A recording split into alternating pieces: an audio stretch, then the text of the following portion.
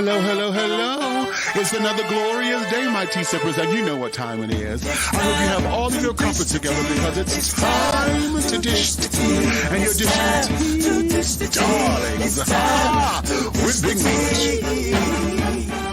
Can't wait. It's time to dish tea with Big Meat. It's time to dish tea with Big Meat. It's time to dish tea with Big Meat. It's time to dish tea with Big Meat.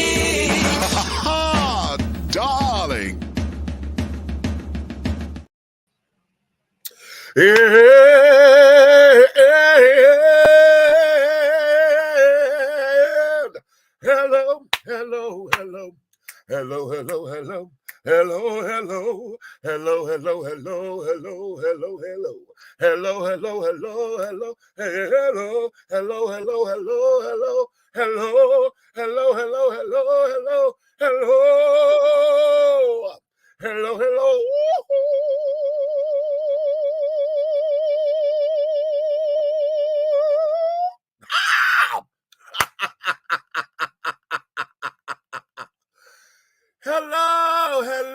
Hello, everyone. Hello.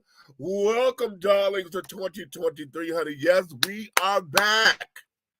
We are back, and we are live. Sugar plums, honey dumplings, apple blossoms, honey. What's going on? What's your tea, honey? Honey, it's another glorious day, my darlings. I hope you have all of your crumpets together because you know why, honey. It's time to dish tea, and you are dishing tea, darlings, with Big Meats. What's up? Oh, child. We've been gone for so long, honey. I damn near forgot how to start the fucking show, honey. Y'all know we had to I took a hiatus, and y'all know I'm very transparent. I took a hiatus back in November, at the top of November, because y'all know I have been running myself ragged. I've been working and, dealing with other things and carrying on. And so when I was coming on the air, a bitch was falling asleep on y'all, honey. I'm in the camera, nodding and, having brain farts. I mean, literally talking and would be in mid-thought and my mind would just go blank. So having done that 2 shows in a row, I said, no, this is a wrap, honey. Bitch need to sit down. And we're just going to call it great. So we took a break. They get reshuffled. And, all of that. Y'all see, I've done Big Meats moments in the interim. And so with that, now we're at the top of the year, honey. And we're going to make some things happen. You understand? We got a few things planned along the way. Now, y'all know I am not one to do New Year's resolutions and carrying on, honey.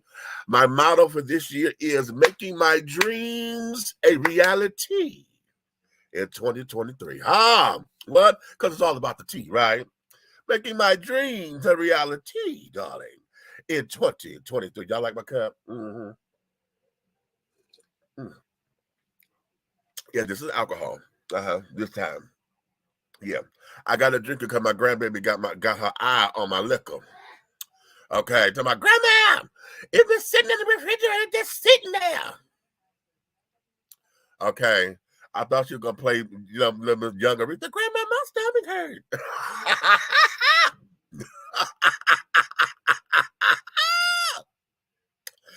Anywho, wait a minute. Ooh, okay. Now, disclaimer: if I sound like I got a cold, we're not claiming that. Okay. The last 36 hours, I woke up. You know how it starts when you get that little cute little scratch in your throat or whatever? I said, okay, I know what that means. So bitch been drugging, honey. I went through a whole bottle of dead Robitussin. I got Theraflu. I got Alka-Seltzer plus cold. What else we got up in here, honey? I got the Dayquil tablets, bitch. Okay. Trying to get it together because, I can't afford to be down and carrying on. So that's what's going on here. I was supposed to go out. Let me do a shout out to my baby, Ron Pullman, DJ Ron Pullman. Now, I know he's not watching this right now because what? He's at the fucking Eagle. If you're here in Atlanta, honey, the Eagle is open tonight. They're reintroducing First Fridays tonight, right? Ron is spinning. Now, y'all know Ron is my DJ. Ron is house music all day.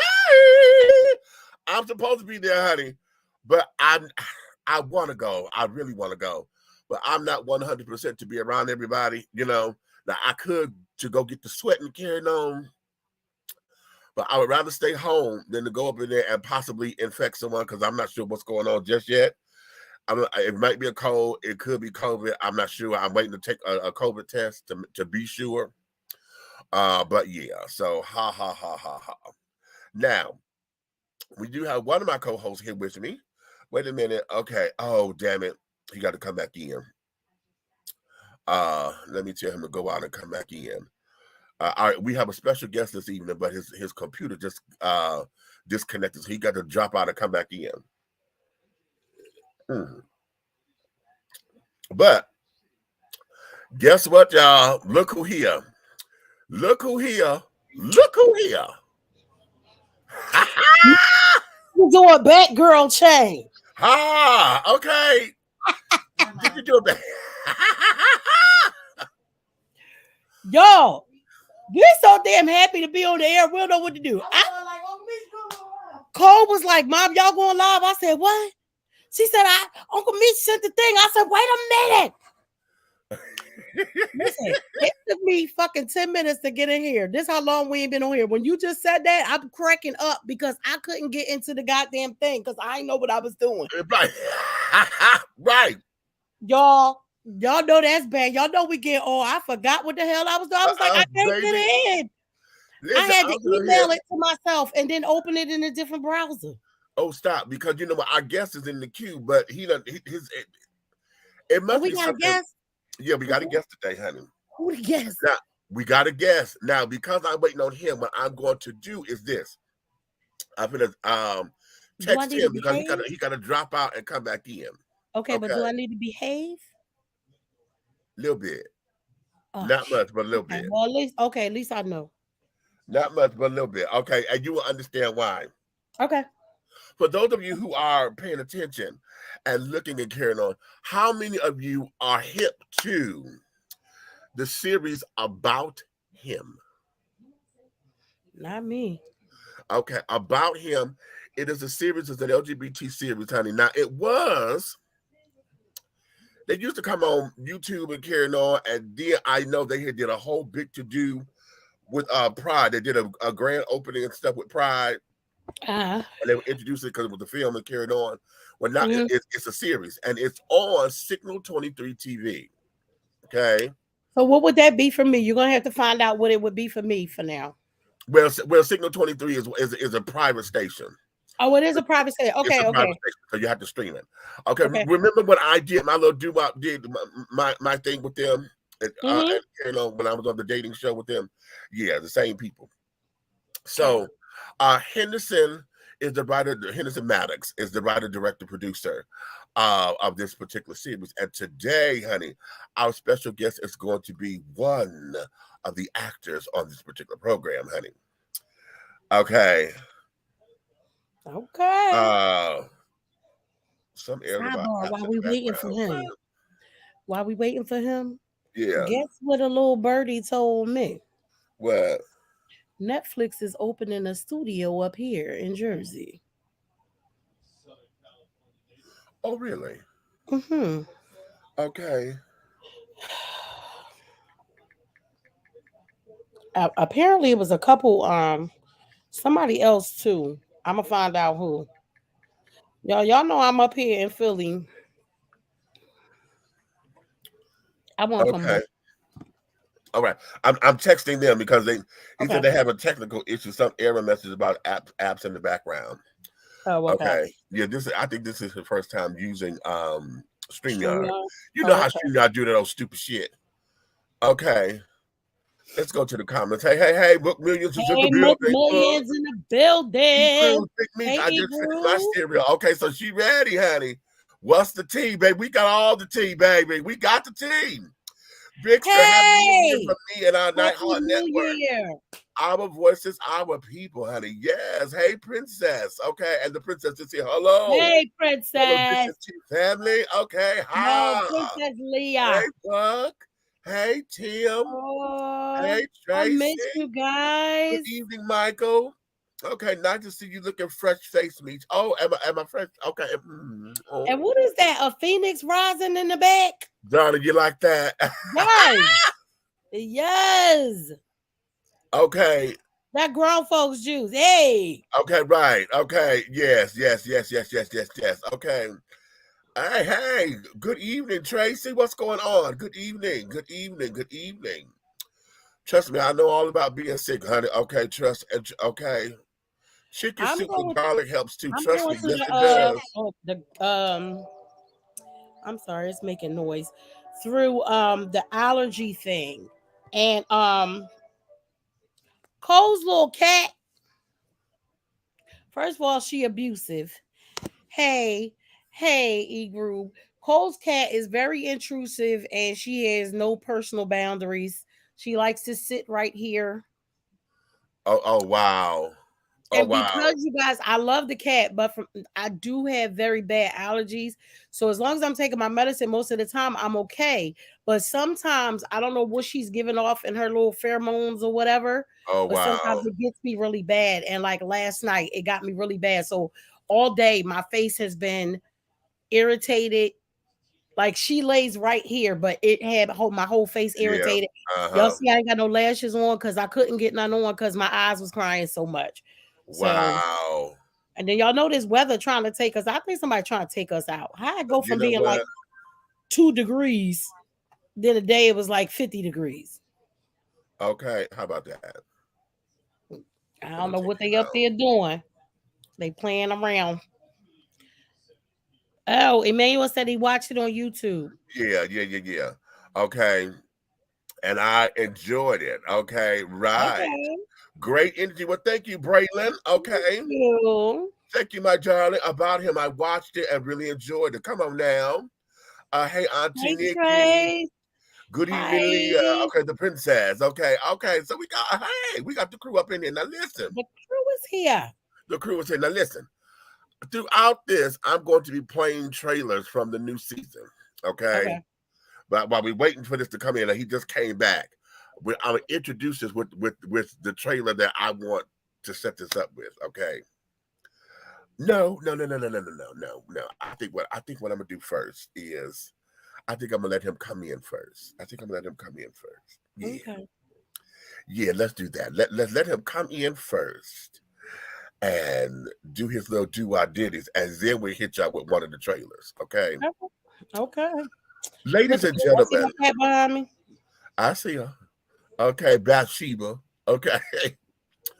Listen, ladies and gentlemen, the gentleman that I'm about to bring to you guys, honey, came into my lexicon, darling, and all of that, via someone that we mutually know.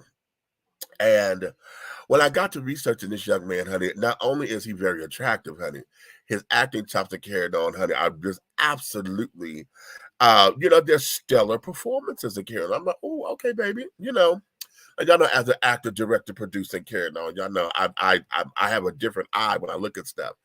And this young man, honey, has absolutely been able to come into this business and make it his own. Because not only is he a performer, he's also a teacher where he teaches the theatrical drama to students and carrying on and about the business. And then he also has his own endeavors and other projects and things of that nature.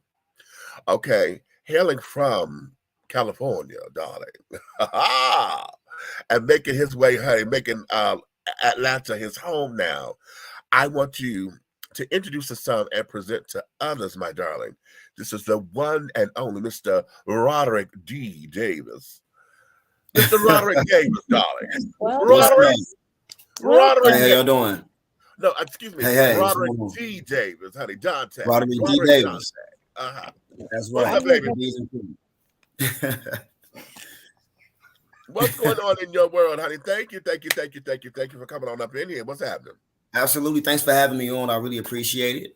Everything is everything, but everything is good. No complaints. Okay. Well, everything being everything, honey. Okay. Yes, sir. So now let's get into this because of this first segment, darling. Okay. We're going to do the basic stuff. Okay. The basics is, we want to get everybody to know who you are. So, Yeah, we're not going to play the violin version, honey. You know when I started out. You don't want that version. It was a cold winter day when I came into the world, and my mother sat down there in labor for 13 hours. You know, no, we don't want all that. We're gonna do that. But what we want to do, we want to get to know who you are. So let's start by saying, who is Roderick D. Davis, and what makes Roderick D. Davis tick? Okay, who is Roderick D. Davis? Roderick D. Davis is someone who is resilient, who loves to persevere, who is funny, who's intelligent, who is funny and charismatic, and I'm a nice person, I'm a giver, all of those things. And what makes me tick? Yeah. When people are inauthentic, like I love authenticity. So when someone is not authentic or presenting themselves to be one way and then it turns out that it's something else, that kind of makes me tick. Like, just be 100, like be who you are, whatever energy you come with, maintain that same energy. That's all. Okay. Okay. Give me the fake. Don't give me the bullshit. Don't give me the bullshit, please, no. But then again, if bullshit is your brand, okay. I mean, whatever your brand is, be 100. If is your brand, then let me know this. I know how. Okay, I can't fuck with you. But is it bullshit? Or you just want some shit? I mean, this is Atlanta, so you never know. It could be either or. In this city, you never know. That part. Okay, that part. Okay. So now, let's talk about how this whole idea of you coming into the world of acting and the business of show, darling. Okay. How did that tickle your fancy? What was it that gave you the inspiration to say, "Oh, I think I can do this"? I would have to say I come from a very artistic family. Like, everybody in my family sings and acts and does something within the realm of like performing. Mm-hmm. So for me, it kind of wasn't a choice. I sung my first solo at church at the age of 6, and I just remember I never had stage fright. I've never been afraid to be in front of people. I've always actually enjoyed to entertain. So even as a kid, me and my sisters and cousins would put on skits during the holidays, and I make up stuff, and I was always writing and doing little things like that. So I always knew from a very early age that at some point in my life, as I got older, I would want to pursue it as an actual career, because I was good at it. It felt like air to me. Okay. Oh, yeah. Oh, you're gonna give me air, baby. Is it breathing? Yes. It felt like air, bitch. Take it from me. I'm dying. Okay. So now, as you started to pursue this, what were some of your earlier professional gigs?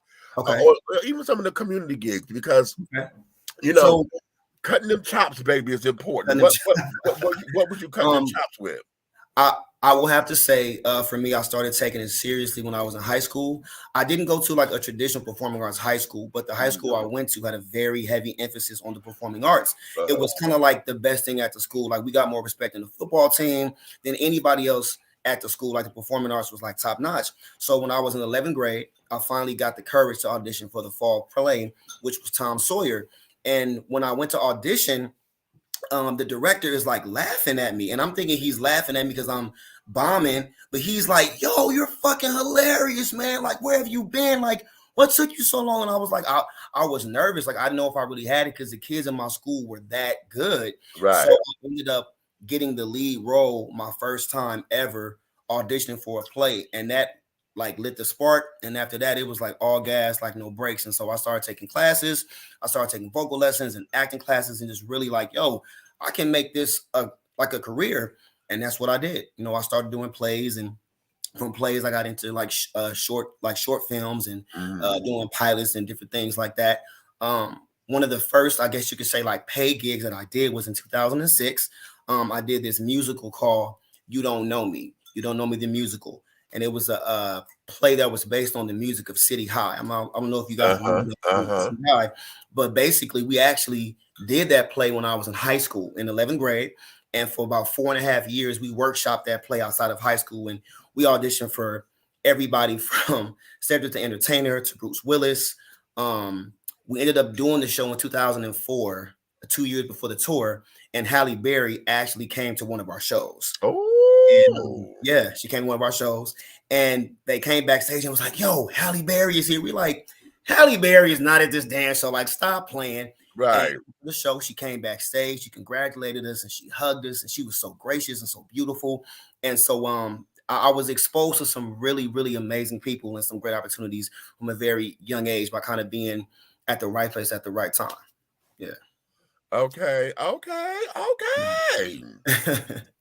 Okay, so we got Halle Berry and all this to come and give it a hug, the big old sugar. Okay. Yeah. As giving the accolades and giving the thumbs up and say, yes, keep going. Fabulous. Yeah, thank you. Now, here we go. Here we go. I'm ready. We're going to make this a career. Okay. Now it becomes headshots. It becomes managers, agents, all this other shit that we talk about as far as the business is concerned. Yes. Then we hear this infamous casting couch. We hear the struggle of auditions. We hear more no's than yeses and carrying on. What is that like for you? With coming through and trying to get the gig. I will say this: you have to know what you're willing to do and what you're not willing to do. A lot of people are adamant about getting on by any means necessary, and I'm not knocking your hustle. If that's your brand, if that's what you want to do, I say do it. But just know that it comes with a lot of other things too that you may not be ready to handle. And in this business, you just have to be careful. Like, you don't want to get a reputation before you get a chance to really be anything. So the way that I've been able to navigate it is by being amazing at my fucking craft. Right. Being undeniably prepared, being ready, always on top of my shit. So you don't even approach me with the bullshit because I'm not with the bullshit. Like, I'm about the work and the craft first. So I'm not somebody that just decided on a whim to be an actor. Like, I've studied for this. I've trained to this, spent hundreds of thousands of dollars on this career as far as like college and training and stuff. It is an expensive, career choice. So for me, doing the work and making sure that I'm ready and prepared has kind of been the way that I've avoided a lot of those pitfalls. Okay. Well, cool. Okay, he said it's all about the work, darling. Catch it, honey. He said it's all about the work, bitch. If you want me, you go get the work. Come on, Iyanla. Come on. Iyanla put that in the She said, no, honey, I didn't think you wanted me. I thought you wanted to work. Right.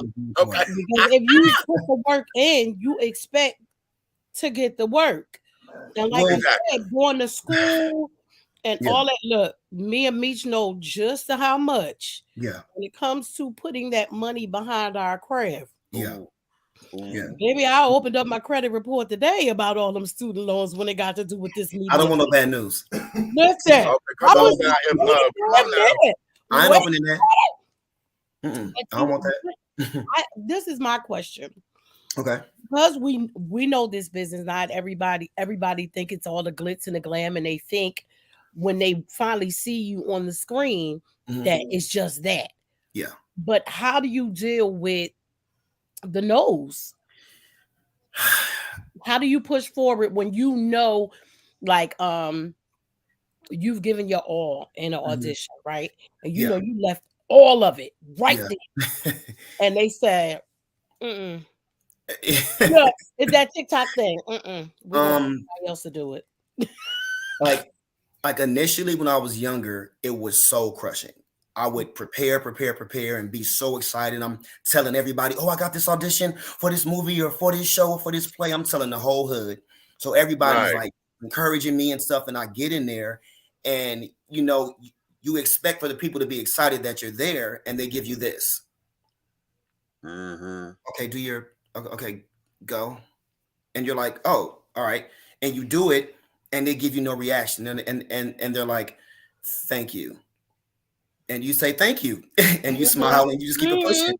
You cannot take it personally. At first, I would take it personally, like, "Man, that's like I don't. Oh my goodness, I don't think I have it." No. If I thought for 1 second I didn't have it, I would take my ass back to school tomorrow and do something else. And get something else. But because I know I have it, I can't take it personally. And there's so many variables that go into why you didn't get the part. You could be too tall, you could be too dark, you could be too buff, you could be too skinny. Like, they have an idea in their head of what the person looks like. Right. If you look like the person that they're expecting or the one that they have in their head, that puts you at a better advantage. But if you look nothing like what they have in their head, like I'm bald and I'm 5'7", you know what I'm saying? So if they're looking for someone that's 6'2" and got tats and all this stuff, and with these dreads or something, that's not me. So Right. automatically, they're like, I mean, all right, we'll let you audition, but this is a formality. You cannot take it personally. So with me, I do it, I audition, and get the fuck on. I don't Have you trip. ever Okay. had one? One more question, Meech. I'm sorry. No, go Have ahead. you ever had one where you absolutely felt like this was my role and got to know? That's Absolutely, good. absolutely, absolutely, absolutely. And Because I know there's been times, Meech, you know how we get this shit, and it's like, I know damn well I rap for that better than them. I know damn well I sung that song better than. Yeah, I mean, like I'm those are all things that go through your head as the performer, and you can feel when somebody's into what you're doing. You can feel when somebody's like riding with you. I had an audition for this show on Netflix called On My Block like a couple years ago. I Like know right On before the My Block. pandemic. Yeah, and I'm from South Central LA, so Okay. the role was like it was a gangbanger from South Central LA. I said, oh, I could do that shit in my sleep, like that's nothing. So I went in there, and the cast director was like, yo, like, are you from LA? I was like, born and raised. He's like, yo, you killed that shit, man. And woo, woo, woo. He's like blowing me up. Like, you know, I felt really good about it. I said, yo, I'm about to book this shit. I know I'm about to book this. I felt good about it. I told my mom and told my best friend, like, yo, like I'm about to book this role. I got a call back. I said, oh shit, that's it. I got it. Right. Oh, this mine. Oh, this mine. I get in the audition room. There are about 20 dudes that couldn't look more different. And I'm like, they don't know what they want. Okay. They have no idea. I mean, all ages, we couldn't look more different. So I go in the casting room and do my thing again. And it's another woman in there this time. And she's saying the same thing. She's gassing me up. And she's like, oh my gosh, I could do this with you all day. Oh my God, you're just so amazing. And so as an actor, you want to make sure that you can shift. You want to make sure you can take direction. So she wanted me to do it like 3 different ways. Okay, cool. I'm always prepared. So in my head, I got about 4 or 5 different ways I can do this any damn way. So girl, you ain't really telling me nothing. So bam, run it. So I did it. I felt really good about it. And I said, if it's for me, it's for me. I didn't get the role, obviously, but I know I did a good job and I didn't take it personally. But I thought the role thought it was mine. Thought my name was on it, and my name was not on it. So you just Okay, let's go here now. This may seem a little unfair where I'm gonna go. Okay. We all know Bullshit Productions. Okay. Yeah. We've all have been there where I'm sorry. I'm laughing because I'm hearing this in my head so many times to where they want you to do it for the experience. You know, they want you to come in, they want you to do it.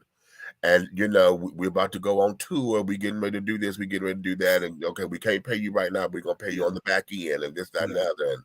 And we waiting on the investments to come in and blah, blah, blah. Coming into this business, how were you able to navigate your way around all of that? Because in the beginning, like you said, we're hungry. We want the work. Yeah, absolutely. But then as you're learning it, you realize that, okay, y'all a bunch of bullshitters. Okay, y'all pipe dreaming and carrying on. Y'all want me to sell 16,000 tickets, okay, and all that. Yeah. You know, how have you been able to navigate through that, particularly when we have a strong independent market? Because a lot of that is in that independent era. Yes. I will say that I was fortunate and I guess unfortunate to experience almost both simultaneously. Right. Literally simultaneously. And I put all my trust into someone who I thought I could trust. Right. They never had given me any reason not to trust them. So me and my other cast members, we all trusted this particular person, this particular situation, this particular vehicle. And for a minute, it seemed like, yo, this is going to be the vehicle that takes us there. And as quickly as we got it, I was back working at Whole Foods. Yep. Okay, right. He said, wait a minute, as quickly as we got this. No, like literally I got a call.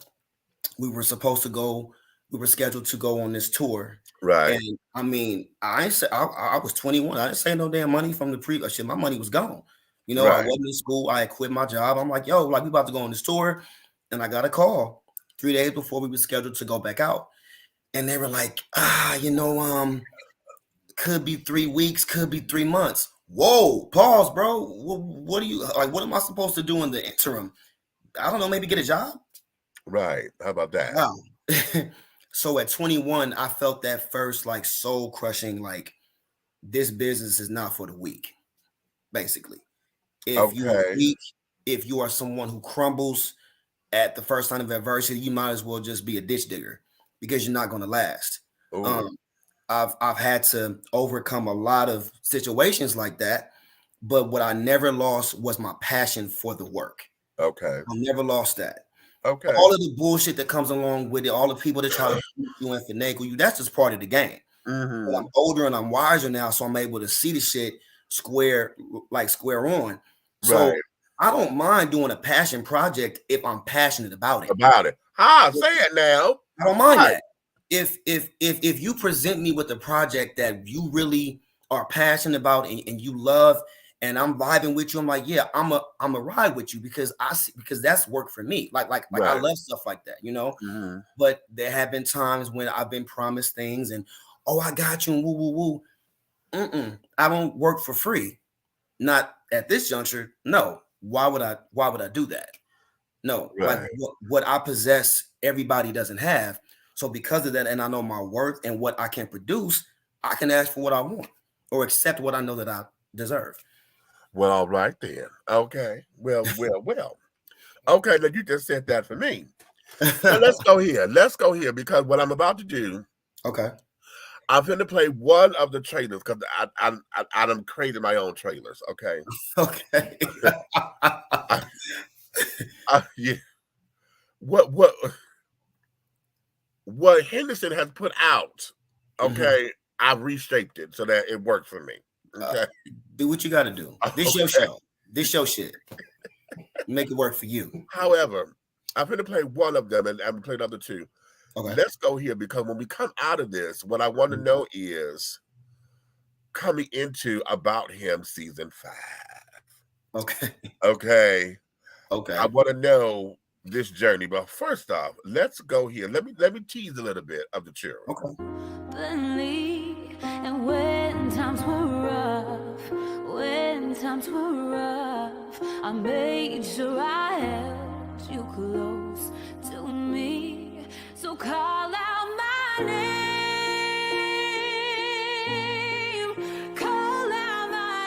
when I kiss you so gently.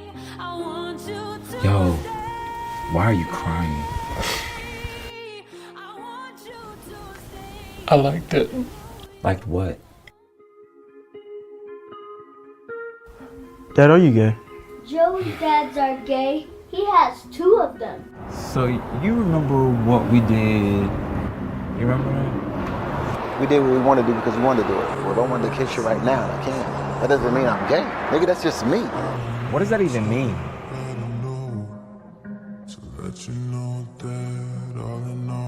You are my wife. You can't be out there embarrassing me in front of my friends. Motherfucker, get your hands up. Damn it. Let me daddy for you. Look, I'm sorry. This is why I don't want to fucking get right here. I'm tired of being abused, David. Do you really think you could be fucking happy living under these labels? Man, what you want me to do?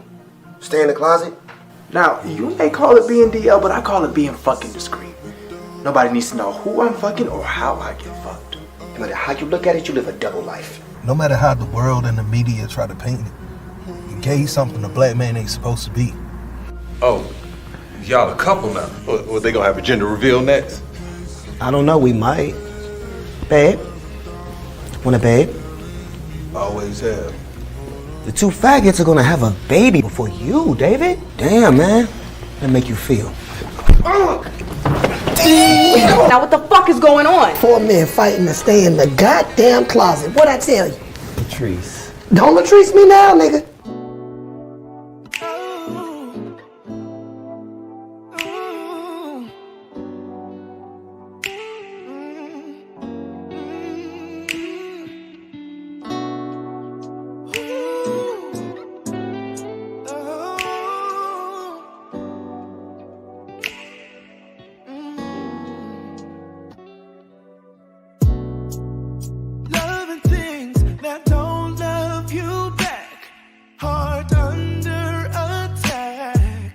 There's nothing you can do, and the feelings we had, they're all gone.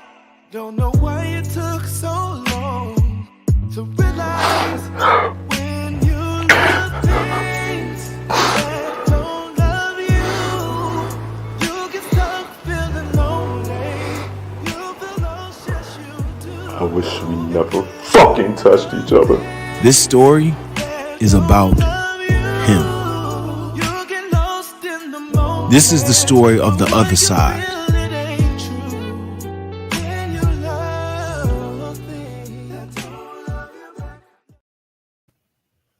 All right, children. All right, children.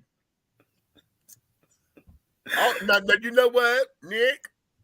Little Miss Girl, Miss Raven Scott, that you could if she ever take a break, you could easily slide in on that.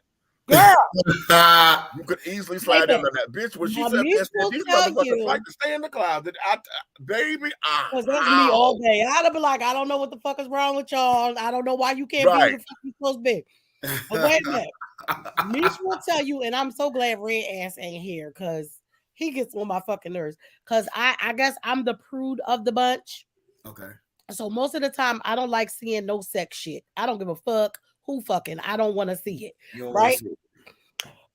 But I was like, wait, when did this come on? Okay. What? Y'all see that this drops, the new season drops on January 29th. I saw, and I'm gonna be seeing. Okay, so now let's get into it, Rod. Okay.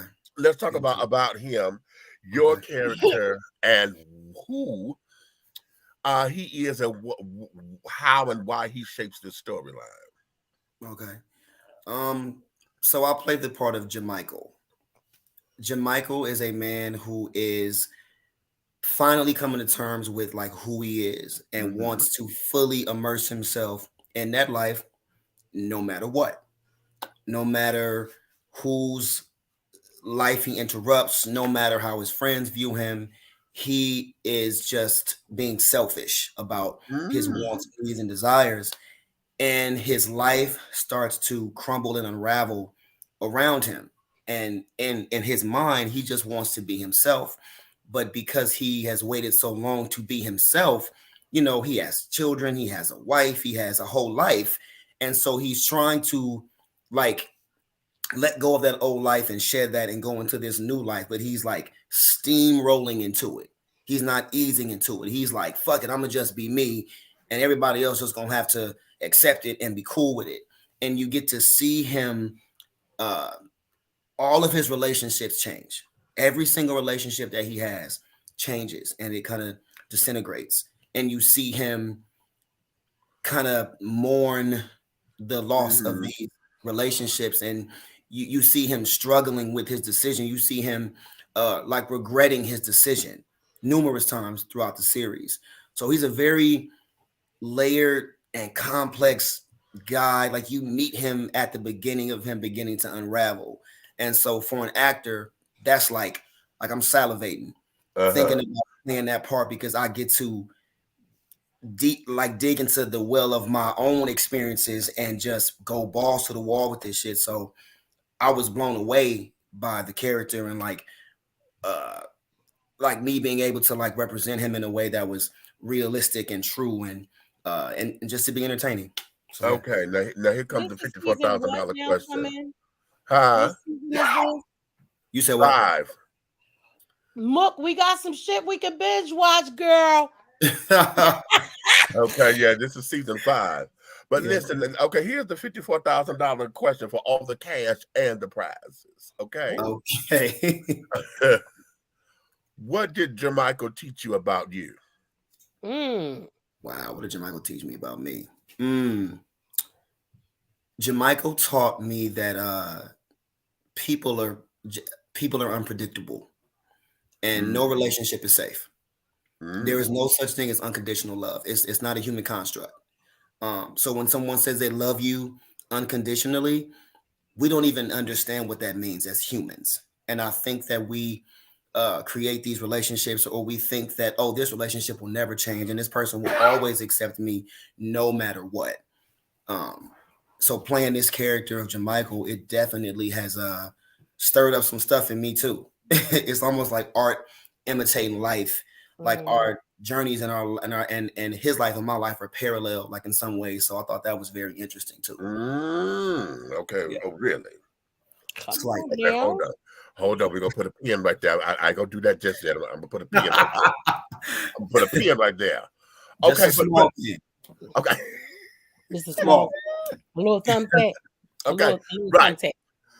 But let's do this because as a performer and getting into the characters and things of that nature, how free were you to express the character? And I'm coming from a director standpoint. I work with Henderson, and he kind of reminds me of me directing. He's very free spirited.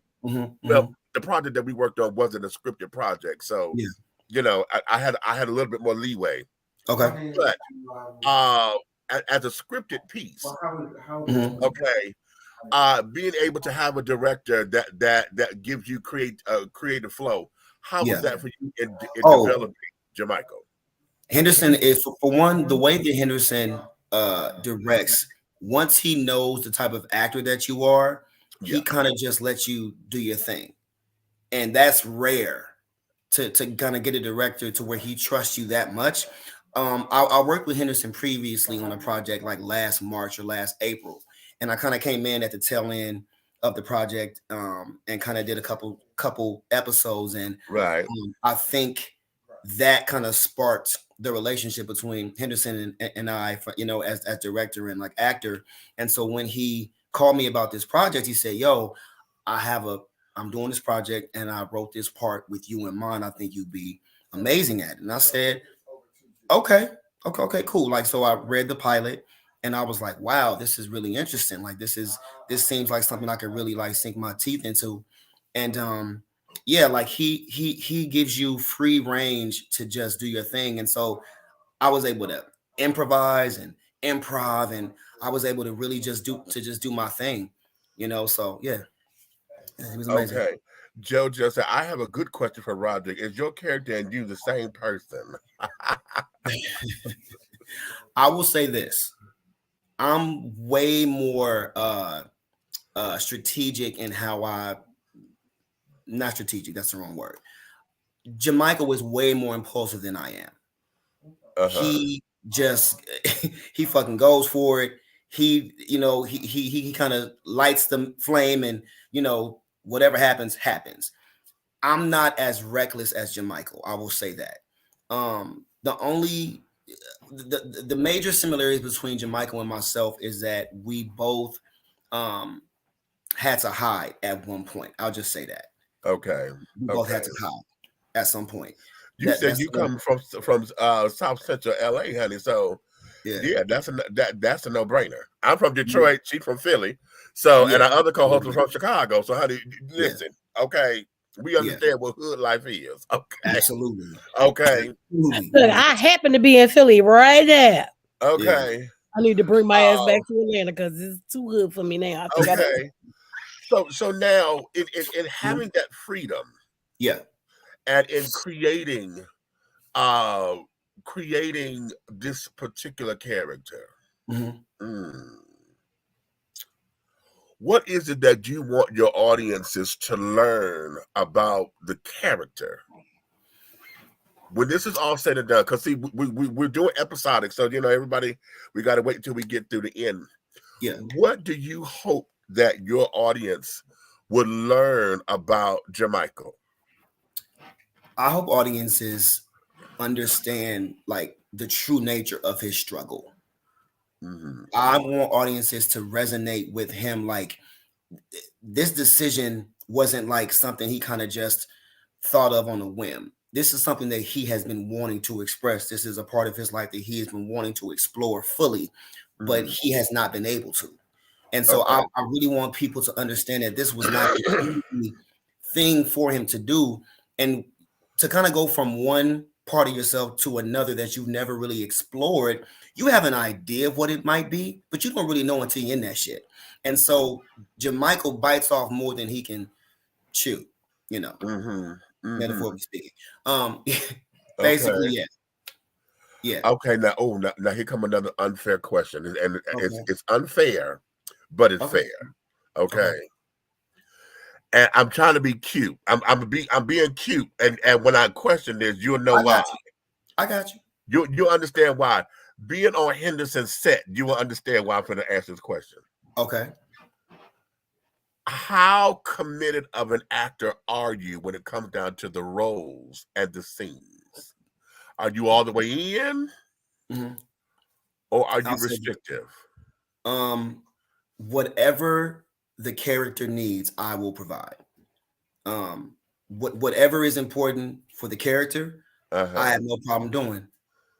If I feel like it's important or integral to move the story along, if it's an arc that is important to the character, okay. I'll do what needs to be done. Okay, you know what? Okay, you good, because you heard where I was going. You heard where I was going.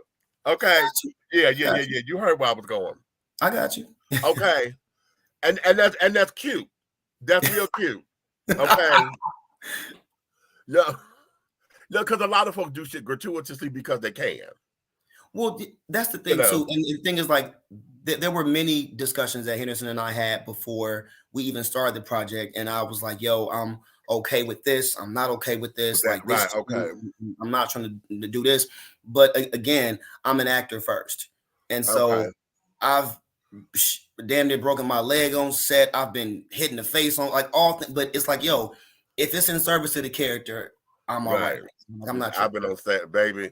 I'm in the middle of an asthma attack. A bitch can't breathe, but we got to get through this goddamn scene. But we got to get through the scene. I mean, like any just actor. have my damn inhaler on the sideline. When it's an exit, bitch, have my inhaler ready. Have it ready. Have it ready. Well, let's get through this scene, but have my shit. Boom. Okay.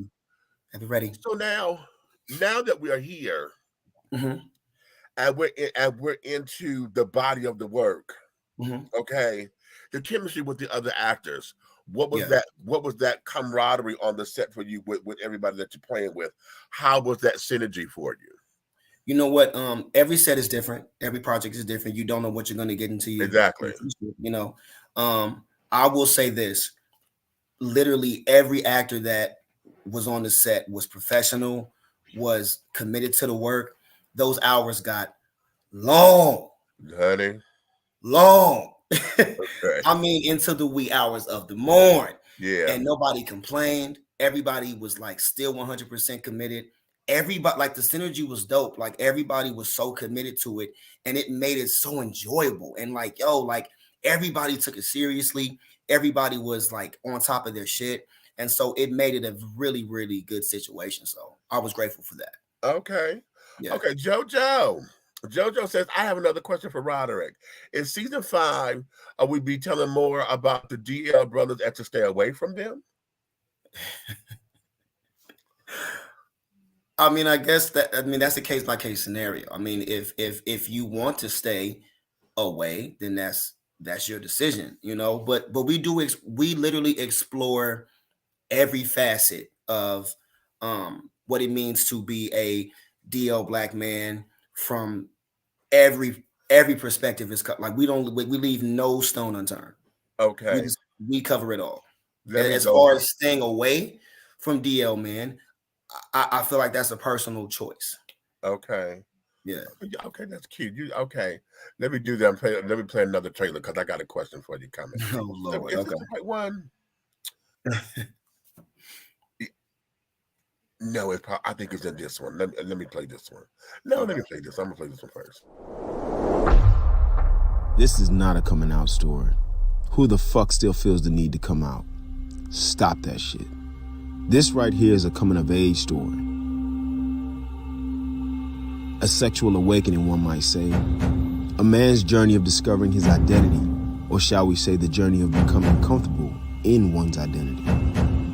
This is a true story. My story of gender identity, sexual identity, political identity, and any identity you can think of all combined in one fucking package. The stigma of being LGBT in the African American community drives many gay and bisexual men to keep it on the down low, leading double lives, denying their true sexuality, at times even to themselves. Throughout history, there have been many men like me, but ones that chose to hide who they really are, forced to tuck a portion of themselves away in the darkness. It's about being black in America, how you're invisible. And in this case, it's how you're invisible if you're bi and black. I don't think that men can be bi. Men are gay if they have sex with other men. I don't identify as gay, but I do identify as bisexual. Found that the attitude in general towards bisexuality is you're either gay, you're straight, or you're lying. For many years, when I looked in the mirror, I ignored half of me, only paying attention to the side of me that society accepted. Mr. Alexander, you about to take a damn trip. A trip? Yeah, to the other side of the fence. But who you fucking? Reggie, I'm just living my life, having a good time.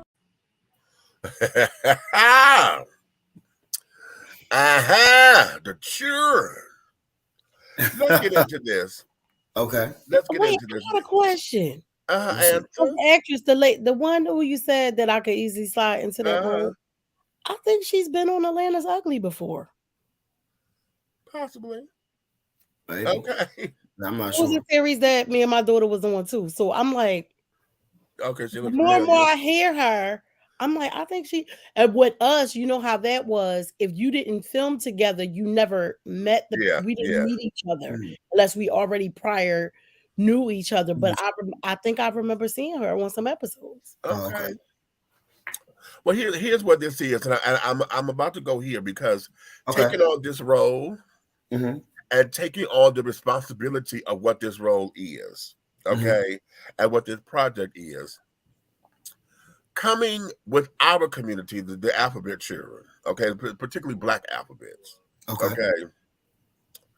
We all coming from this stigma, which is what the controversy of season 5 looked like it's going to talk about, the stigma of being a Black male in this world, and then having to live in all of who you are, standing in your authenticity, walking in your truth, and et cetera, et cetera. Right. How has that been for you, your coming of age story, and your comfortability in now reflecting it on screen? Because I'm sure you had to go through this before you met Jermichael. You know what I'm saying? Now that you and Jermichael have met and have merged, now you get to tell this story. Is that cathartic for you? What is that all for you? You know what? Initially, I didn't know what to expect. Like, I didn't know what was going to come up. I didn't know how affected I would be with like certain scenes or like telling this particular story. Like, I didn't know how much of myself I was going to reveal, you know. But again, I'm like, yo, whatever comes up just comes up if it's in service to the character. There was one particular scene, I'm not going to give too much away, but there's a very intense scene. I think I'm not sure which episode it is, but there's a scene I have with my parents, and it got so real on set. Like after the first take, everybody was just like, the room was silent. Everybody was like in tears. It was very, very intense. And I feel like in that moment, I wasn't acting. Okay. Wow. I can count on maybe one hand where I felt that kind of like emotional response. Most of the times as an actor, you try to make sure you contain, like you have as much as you need. And right. You don't get lost in the character. You right. Get lost in the character. But after like the second or third take, I looked at Henderson. I said, hey, it's about to go somewhere else. So can we like move on? Like, did you get what you needed? Right. I believe you got what you needed, because now it's like I'm gonna need a therapist in like another 5 minutes. Okay. So let's get what we need. Right. But, wow. But again, you never know until you are like the way my process is when I approach a character. I want my character to be a real person. I don't want him just to be one way. I want him to be 3-dimensional. I want him to be a real person. So there are moments where it's very light. There are moments where it's very shady. There's moments where it's messy. There's moments where you're going to love him and hate him in the same breath. There's moments when he makes a lot of sense. And there's moments where it's like, is this the same nigga? Like, is he 5150? But when you are on that journey of self-discovery, that's what happens. You're not operating the way you would normally operate because you are dealing with shit you never dealt with before. So you don't know who you are until you meet that particular place, until you're in that space. And you're like, damn, I didn't know I could be that way, but you've never dealt with that before. Exactly. So, Right. Playing this part, I was literally able to just have the freedom to create this character who is flawed and who is sad and who is jovial and who is upbeat and who's messy and who's shady, but who's funny and charismatic and all of these things. And I'm kind of the same way. I'm a lot of things, you know. So being able to merge myself with him in service to what he needed, it was a beautiful situation. I will say that. Okay. Okay. So now, now that we're here, because I see a question up in here, and I'm gonna ask it a little different. I'm gonna go put it up there that way. Somebody asked a question, but I'm not gonna put it in here the way that they got it. Okay. I'm gonna do it. I'm gonna do it this way. You know, being as you already know, being in this business, you're a very handsome man. Oh, thank you. Okay. And aesthetically, you know, listen, you're gonna be the package. You okay? You have leading man characteristics. Well, thank you. Okay, and this, that, and the other. And you are the kids will be the cat to the owl and carry it on. How is it that you're going to be able to navigate your personal life coming out of this? Because once this series hit, you know, and the popularity of Jamichael and carrying on, because folks are gonna they're not gonna know Roderick, they're gonna want Jamichael. Okay. And looking at how you just described this and carried on, they're going to expect Jamichael to show up. Right. Okay. Yeah. So how is it that you're going to maintain all of that, you know, without disrupting the fans and maintaining your personal life and folks trying not to get into business, whether you top, bottom, this, that, and the other? Okay. I was just sitting up here thinking, because you know they gonna be asking, like, why he can't be both, and why the fuck do y'all care? Yeah. How do I plan to handle all of that? So I keep my personal and private life private, and that's that. I don't rock with people who are going to be swayed to, I don't know, out me or some shit. Like, I make sure that I keep real people around. Right. Keep my feet on the ground. All that popularity and stuff, that's great. Like, it's fine. But for me, I'm here for the work. Like, I want to work after this. You know, I don't want this to be the last project that I do. And then because I got so caught up in the fandom or the bullshit, you know, I slip into some other stuff. And for me, no. Like the accolades and the attention and all that stuff is great. It's wonderful. If I needed that to feel good about myself, then maybe I would be more easily persuaded. But since I don't, I'm able to take the compliments, thank you, and keep it pushing. Well, you know what? Let me ask this. Yeah. Okay. Because in everything, I have always been wanting to make sure that we have equal representation. Okay. In our projects. Okay. Henderson has been very, very, very stellar in making sure that the masculine edge of our population is seen and is taken seriously, because we all know the femme girls and the snap queens and all of that. We know the butch queens. Yeah. But we don't get to see the masculine brothers be seen in a light. And Henderson is fabulous with that. Right. When you're working with him and based on everything about Jamichael, is that something that's been important to you in your work, or do you do it character by character and just depending on the project? I think for me, it's kind of based on like character to character. Like with Jamichael, I had more freedom to kind of play around with his comfortability with his sexuality. As the story progresses, you will see how he evolves, basically. Oh yeah, okay. And that was intentional. Like that was my plan. Like, I want you to experience this journey with him. And so that was kind of my whole take on it. Like I said, I wanted to be a full character. Like, I want you to go on this ride with me, as your Michael. Yeah, but as far as like my masculinity or whatever, like it's not a put on. It's not something that I'm trying to. It's not a facade. This is who I am. Like this right. is me.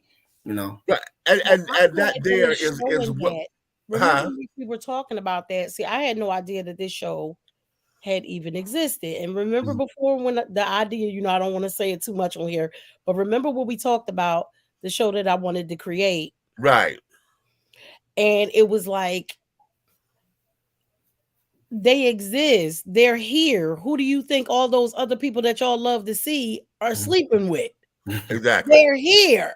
So they don't want to believe that. They don't want to believe that what they consider a regular straight man can be masculine and regular, because media only shows the other side. As long as they snapping and whatnot. And I love me a good kiki with all my girls too.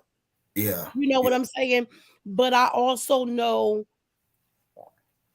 some males that are very gay, but they are not what people expect the gay man to be. Right. And then I think that's what About Him does. Like to your point, Henderson does an amazing job at showcasing, like, there's so many different types of gay guys. It's not just one particular type. And some of them don't like to carry on, and some of them don't like to snap, and it doesn't make them any less gay. It doesn't mean that they're right. It's just that's just not them. That's not everybody's vibe. That's not everybody's experience. Everybody's different, And so I think this show is going to like dismantle a lot of those stereotypes that a lot of people have, these very old stereotypes that I'm still kind of surprised are still very prevalent in the in the Black community and just in general. So yeah, okay, ain't that the truth? Let me what about social media? What about social media? Because we have so many of our stars, and this isn't a gender thing. This is just celebrities, period. You have the ones who want to tell you their business and then tell you to mind your business. Right.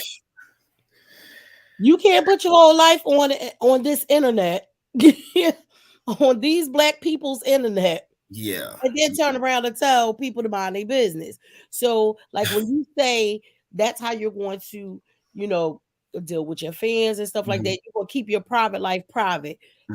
Is that the same thing for you? Like, you feel like if you could keep your private life, because we can be on the internet without you knowing all our personal business. Like it's on a need to know basis, yeah. Right. Like, I don't need to tell you that. Like, you share what you is that my cat stole my chicken earlier, and she said, when it comes to social media, I feel like you present what you want to present. Of course, you want your fans and your audience to feel close to you, but even still, that's my decision. I can make you feel very close to me, and there's still distance between us but this is what I'm okay showcasing. Exactly. So like, I'm okay with it. You know what I'm saying? So whatever I post, trust me, it's not that deep to me. And know that I posted it because I wanted it up there, and I know what's out there. You to know, because Mitch, remember, like we came up in an era where our stars, we didn't get to know that much about them. We knew what the hell they let us know, right? They let us because we didn't have social media, so we still was able to see them as human beings, and maybe a scandal here or two when them tabloids lied, right? But it wasn't all day, every day in your face, right? Yeah. But again, some people, I think what happens when you get to a certain level of like stardom, imagine having millions of people at your disposal who agree with everything you say. Oh my God, not the right. You can get lost in your own shit. Like, you have to. That's why I say I gotta keep people around me that keep me grounded, keep me humble, keep my feet planted firmly on the ground, so I don't get caught up in all these people who don't really know me. They know the idea of me, but they don't really know me. So you cannot get caught up in all of these people, riding your coattails or like riding your wave. Again, I'm grateful for all of the compliments and all of the, attention and the reactions. Thank you so much. Like, that's a blessing that something I did with my art resonated with you. So I see it from that perspective. For me, if you stay 100 to the work, and remember that this is a craft and this is something like this is a gift. So I have to treat it as such. And all the other stuff is just extra. Like that's just icing on top of the cake. But the work is what's important to me. I'm gonna say this. I'm gonna play this next trailer because I want everybody to put that into perspective. Because I like how you say stay committed to the work. It's just like going to everybody who go to work. When you go to your damn job, you go there to do your damn job. Period. Okay. When you all, how many of us? There's a very few of us that have a select few people from our job that we hang out with after work. Yeah. When you trying to go home, damn it, I'm trying to get the fuck out this damn monkey suit. I'm trying to go. I'm trying to go home. Okay. Right. I got to go cook dinner like everybody. Okay. And Right. carry it on. If I got children, they got their kids, they're going to want, I'm tired, but I know little Ray going to want to jump on my damn lap. Okay. I got to get ready for this. You know, we in that same mindset. So a lot of folks think that, you know, entertainment and sports and carrying on that life stops, or it looks a certain way because it's glamorized, it's this and it's so much bigger than life. Right. And it looks and all of that. But I like how you don't go home and wash your ass and eat a meal and sit down and watch TV, scroll through your phone just like every other like everybody else. And I do not come to my job every time I had a good night with my significant other and tell you, bitch, we fucked last night. It was fabulous. Period. So if I don't do it there, what makes you think if I'm out in the street and see you at the grocery store or whatever? That I'm supposed to okay, now I'm gonna sit down here and but people, I mean, like but again, like people they look for the attention. They look for that because they feel they know you through the camera. Feel like they know you. And so then they feel comfortable with talking shit. Right. Yes. You and critique you because you let them into your life that way. So of course they feel comfortable with it. Right. So you can't get mad at them. You put it on there. So what you want me to just not have an opinion? No, I got some shit to say too. Right. Okay. And especially when you put it out there for me to have an opinion. You wanted me to have one, bitch, because you left it open. Absolutely. Because you left it there. You left it open ended, and you did not block that shit to say comments have been disabled. Anyway, let me play this next trailer. Society will start labeling us as homophobic. Phobia is a fear of something, man. That doesn't mean I'm gonna go around gay bashing or killing gays. It just means I fear something. It's okay to acknowledge people for what they want to be acknowledged as. It doesn't make you less of a man. Just like wearing black nail polish don't make you less of a man, right? I'm fucking somebody else too. You doing what? I'm sucking and taking another nigga's dick. How that shit feel? I'm gonna act like I didn't just hear that dumb shit come out of your mouth. Balloons are deflating. Guess they look lifeless like me. We miss you on your side of the bed. Still got your things here, and they stare at me like souvenirs. What kind of nigga stops fucking pussy so he can go fuck another man in the ass? Who said I'm doing the fucking? Can't believe I wasted 4 years of my life on a faggot ass nigga like you.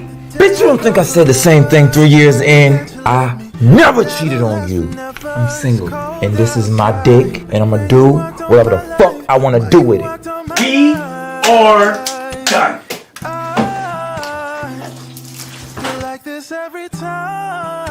You wanna be gay? Be gay. Get the fuck out my house. And don't bring your ass back. You know the way I see this shit, I got a fucked up coin. And no matter if it's heads or tails, it doesn't matter whatever the fuck it lands on, I fucking lose, Lawrence. I don't fucking win. Think about your kids.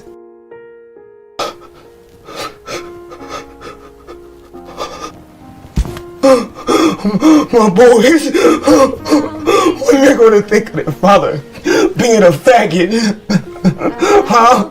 I'ma lose everything, man. I already lost my stuff. I can't lose my boys too. You will not lose me. I wanna be free. Free to be me. All right. First of all, y'all ain't gonna have me up here and fight. Don't be doing that. Mitch, you could have warned the bitch. Listen, okay. Listen. Oh, they got your mama here about to cry. Okay. Because Uncle Mitch done put up these trailers and stuff. He know I can't handle it. Listen, this here, and I'm kind of glad that we did this in this order, because in dealing with the work and in dealing with what this series is, deep, rather to say deep, okay, in dealing with what this is about, and the betrayal. I really need to get to Henderson because I want to get to him about that script, because the language that he's using in here is a lot of pain in that language. When you were on set, how was that dealing with the ladies and carrying on? Because the language and stuff, it is really? Hey, baby. How you doing, girl? That's my cousin. Okay. In dealing with that, with the harsh language, how you gonna stop fucking pussy? And they're going, women get that like way. I was like, whoa. Women, because they are hurt and because they are in pain. Yeah. And so when they get to throwing that back out there like that with them zingers, they going for the jugular. Absolutely. How was that on the set doing all of that? You know what? Shout out to the actress Takoya who played my wife. She's a phenomenal actress. And when I tell you, she and I, we go at it. But like Offset, like I love her. Like she's so amazing. She's so sweet. And but our chemistry was like instant. And we kind of had like a small conversation like before. I was like, "Can I just do whatever?" She was like, "I'm gonna do whatever." I said, "Bet, run it." And so we just went for it, and it just made the scene so much more intense. And like what you saw was just a snippet, the snippet was just chopped and but when you see the entire conversation that we have, like we let each other have it, like we really do. Yeah, I need to say this because just in the snippet, and I'm not just talking about, I don't even know how to put this, except for to say in the snippets that I've seen, this seems it seems phenomenal. And thank you. You are in that character. Thank you so much. You are giving it to us like it was somebody that we know. Like in just that little bit, it's like, shit, like it's the shit that's really happening. And you that cousin sitting in the background like, wow. The Uncle Charlie just told him he can't come back in his damn house because I don't it really just in that little bit really captured me.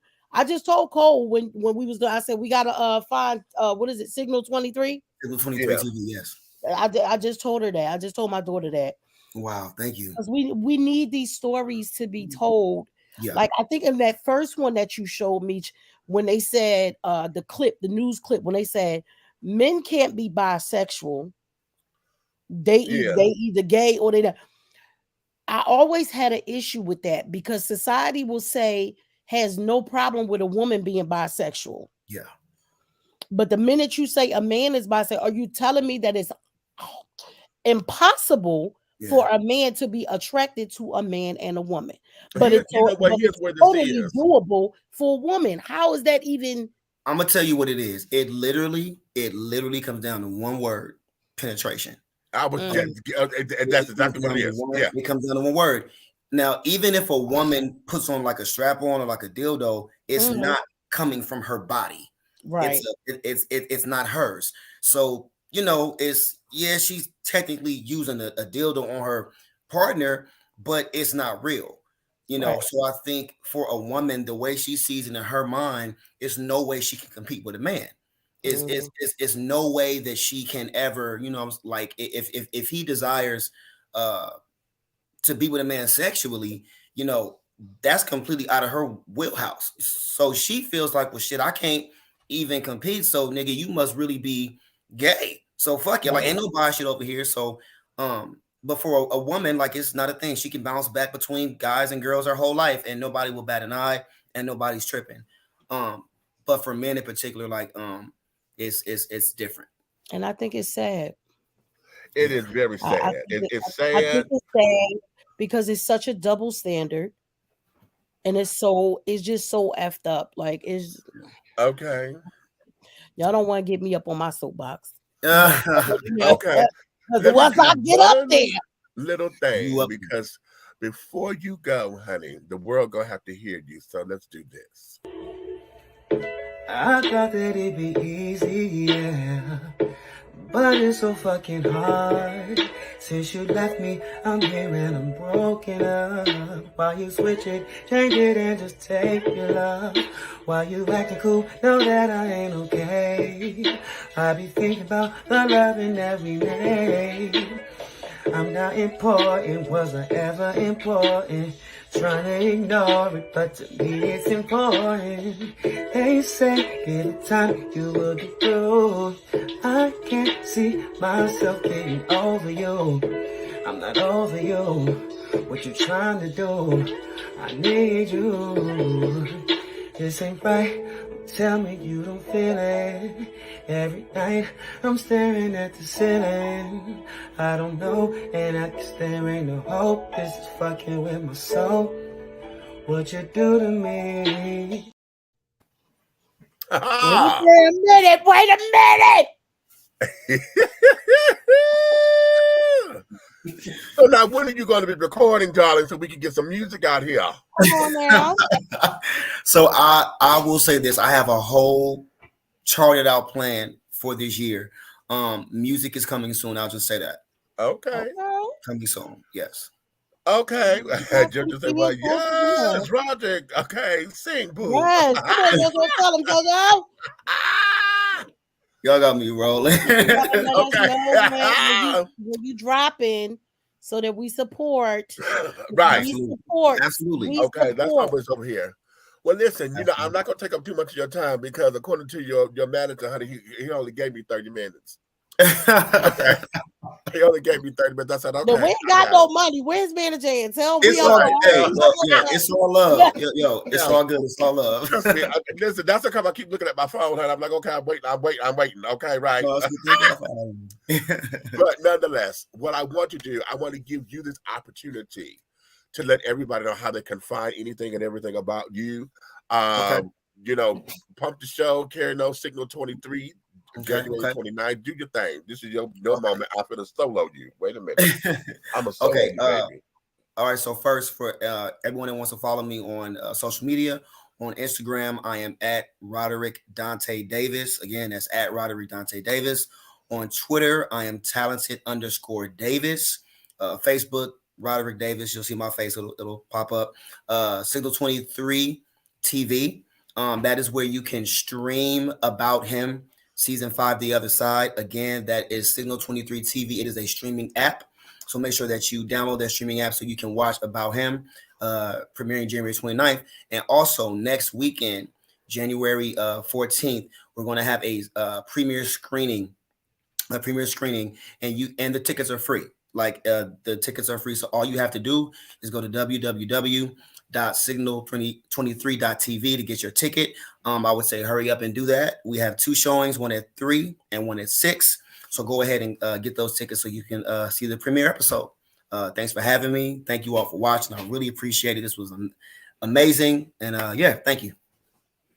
Okay, and none of y'all better not go on his damn social media asking him nothing private if he wants you to know. He already told y'all. I'm tripping. And yeah, my cousin just reminded me, I have a single out right now called Euphoria, and it's on all streaming platforms. It's on Apple Music, Spotify, Tidal, Amazon Music, Google Play, everywhere. It's called Euphoria, and it's under Roderick Dante. That's DONTE, Roderick Dante. Okay. All right, look at you, cuz. She said, wait a minute. Get it all. Okay. Okay. You know what? Thank you, my darling. Thank you so much. This is wonderful way to start off the year. Appreciate and to start us coming into 2023. Like I said, it's making my dreams a reality. It's 2023, honey. So we wish you all the best. I can't wait until we are in each other's company. Absolutely. I know I'm flying home. Don't be trying to leave me out. Mike is gonna make that happen, I'm sure. Absolutely. Okay. and all of that, so that we can, we can vibe, because I'm gonna get into your business off camera, honey. Yeah. Okay. But y'all heard what I said. Don't go on his damn social media asking him shit about shit if he wants you to know. Okay. Right. Okay. Right. Okay. Thank you so much. I'm glad that I got to meet you. Likewise. You have gained a fan. You really have. Thank you. I really appreciate that so much. Thank you. Thank you so much. All right, darling. So good night to you. Good night to you guys. Thank you so much. Absolutely. Bye-bye. Dishing your tea with Big Meats, honey. Okay, ladies and gentlemen, honey. One more time for Roderick D. Davis. You done got me down to my fruit. Damn it. You guys have a good night. Good night. Okay, my darlings, listen, honey. What we gonna do at this point? We're gonna take a commercial break. We're gonna take a small one. Okay. Because I got some shit. Okay. Me too. We got some shit. Something just came across my desk earlier today. Haji sent me this, and when I saw this chair, I'm like, okay, here we go. Okay, because I got some shit we need to talk about too. It's been some shit going on. It's been some shit all over this goddamn internet. Let's run it. Hold on. We'll be right back in a few moments, ladies and gentlemen, honey. Okay. Don't go nowhere, honey. We'll be right back. Okay, can we do that? See, I usually had the commercial ready, don't I? See, I did this in a minute. Because you already drunk that whole damn glass or whatever the hell you just had in that glass. Well, no, I'm good. I'm taking my time, with it. Yeah, we taking our time with it and carrying on, honey. Where we gonna go? We're gonna go. You got a commercial form. I got a commercial. Yeah, we're gonna go.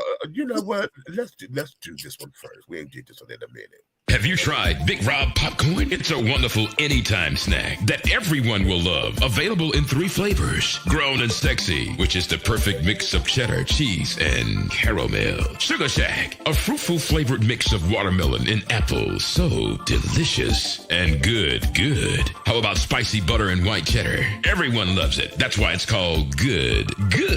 All Big Rob snacks are manufactured in a FDA-approved facility and flash sealed for freshness, safety, and worldwide delivery. To order, call or text 937-367-8650. That's 937-367-8650. Or contact Big Rob via Instagram at Hey Big Rob. As the holidays approach, take advantage of the holiday special. Purchase more than 2 bags and receive a free CD. Call or text 937-367-8650 to place your order now. Big Rob popcorn, the perfect snack that you will love. It's so delicious.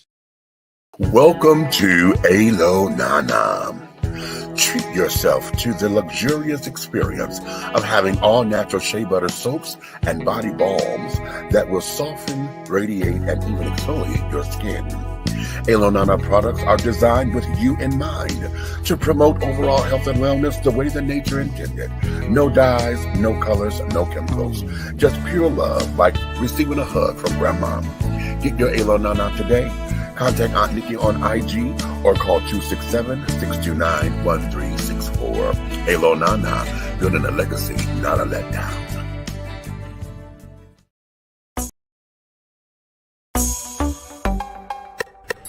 Hey, you want to be a part of God's plan? Look at this angel.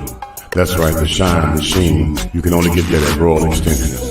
Hit us up at Royal Extensions, www.royalextensionsatlanta.com or IG Royal Extensions 20. If you want to have the same thing as God's plan, you get it right here at Royal Extensions.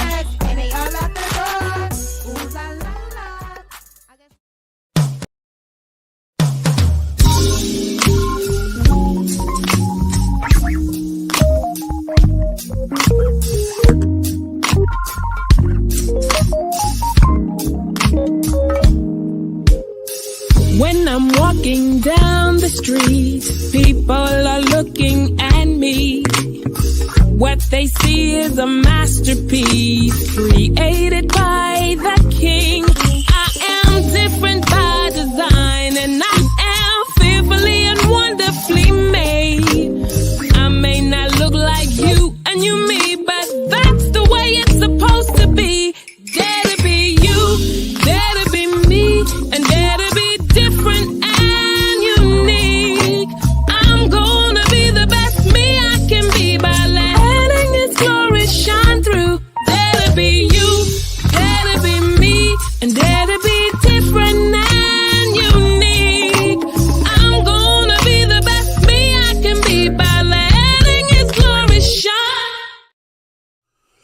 Angelo Ellerby, the Henry Higgins of hip-hop, is the founder, president, and CEO of Double Exposure Media Relations. Double Exposure Media Relations is a full-service public relations, marketing, and artist development firm specializing in publicity, photography, artist promotion and artist development, makeup artistry, event production, and EPK development. Celebrating over 45 years in the industry, Angelo believes that a culture that does not take care of nor respect its artists is a culture that leaves nothing behind to appreciate. Let Angelo help you make dollars and cents of the entertainment industry. Contact Double Exposure Media Relations at 201-224-6570. That's 201-224-6570. The views and opinions expressed here on Dishing Tea TV are strictly those of the hosts and guests of this program. They do not reflect the views and opinions or governing actions of any of the sponsors or affiliates of Dishing Tea Entertainment, Artist First Entertainment, Big Guy ENT, Atlanta Hot Radio, Black GDP TV, or Diversity TV. Your viewing and listening discretion is advised. All right, and we are back, darling. I'm sorry, y'all. Your niece in here editing because what we have been doing is videos. We get a box once a month now of Yum. It's called Universal Yums. So we're tasting snacks from around the world. Oh. And that one we got a holiday box. Some of that shit was nasty as hell. So Cole went there editing. Got Lily look like she crying because the stuff was nasty. It's just a mess. That's what we was just doing. She in there editing the thing. I think we got a box coming from Italy next in a couple weeks. So it was me, Cole, and Lily and Keisha. And I think the next time Mallory will be here. Oh, before we get started, you put the Alo Nana commercial up. And right now, we are in the works to find out how we change a name on the LLC. Okay. Because it will go from Alo Nana to Malo Nana. It's going to go to me because Mallory is my firstborn. Yeah. My firstborn. And baby, yesterday was her birthday. My baby turned 15 years old yesterday. Okay. So I'm looking to see what I have to do. But it's going to go from Alo Nana to Malo Nana. And because at first I was trying to figure out how I was going to incorporate. And I was like, well, no, the M needs to come first. She's the first one. She's the firstborn, right. She's the firstborn. So get ready for that, y'all. We got big things coming. She's illustrating the second book, the second children's book that we have. Okay. I've already written it. She has the book. She's already started. The baby can draw like her daddy. She could draw like her son, y'all. So she's creating the book. All right. All right. So what you got? What we got going on? Okay, let's start here because, darling, listen. Well, first off, before we get into the shit show, I want to publicly. I was trying to put a video together, but child, as I was going through 2022 to put an in memorandum together, memorial. You know. When people die at the beginning of the year, we forget because so much time has passed. And I forgot that Sidney Poitier is no longer here, you know, and Andre Leon Talley is gone, and Loretta Lynn and Naomi Judd, and, you know, because, you know, we done got focused on Barbara Walters and Anita Pointer. When I heard that the other day, I said, my brother going to lose his shit. Okay. I was like, what?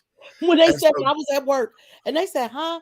I said, don't worry about it. Look, okay. Anita, what are you talking about? You know, and I woke up to that, you know, and I wanted to, you know, Leslie Jordan, honey. Oh, Leslie dying, honey, was just too much. Okay. We've lost so many iconic trailblazers. I mean, people whose careers, honey, they've absolutely paved the way for those, you know, in modern time. These are the people who have absolutely dug ditches so that we can walk freely, you know. And it saddens me but I wanted to recognize these folks. Like I said, I was going to put a video together, but there it was so many damn people, honey. I got one particular. I went to the people. They had 100 people, right? And of the 100, like 60 of them I knew. I was like, oh my God, I forgot they died. Oh my God, I forgot. The rest of the people I did not know per se, but I'm familiar with their work. Yeah. Lamont Dozier. I forgot he passed. Who's Lamont Dozier from Holland, Dozier Holland. He was one of the songwriters for the Supremes in there with yeah. He passed. And I was like, oh God. So I wanted to give a shout out to those who have become part of the ancestral plane. And we want to recognize them and thank them for their legacies they have left behind. When they did the view about Barbara Walters, that whole thing was she retired, honey. Yeah, because it took me a couple days to know that Barbara Walters had passed, because I was scrolling through the YouTuber, and I seen them saying remembering Barbara Walters, and I said, wait a damn minute. Remembering Barbara Walters? What the hell happened? Y'all know my ass been tired. Me and Meech, we go to work. Right. I feel like I go to You work. know what? You did the same thing I did, because I came across it reading something. And it said, okay, we're remembering. I said, remember, what the fuck you mean remembering? That's what I said. I said, what the fuck happened? Right. And so I came up to that, and I went to Google immediately. And when it popped up, I said, oh, you're kidding. Right. And it left me having this particular question, and that there is, all of us, these people have been a part of our life, all of our lives. We don't know what the world is without them being a part of it. You know what I mean? So now what does that mean for us? How do we move forward from all of that? And even though, some may say, well, you may not know them personally, but their work, their body of work have always affected us, honey. Yeah, and the older people, older people, we grew up with them being on TV. Like, we are up and being the older people now, but those people were the people we were looking at when we were kids. Right. So, like, even though what's her name? The lady that died who used to do the skits about Barbara Walters. Remember, she's Barbara Wawa? Yeah. Gilda Radner. Gilda Radner. And when I realized what actually happened to Barbara Walters, it immediately made me laugh, because I remember Gilda Radner doing the Barbara Wawa thing. And it's like these things, it's given.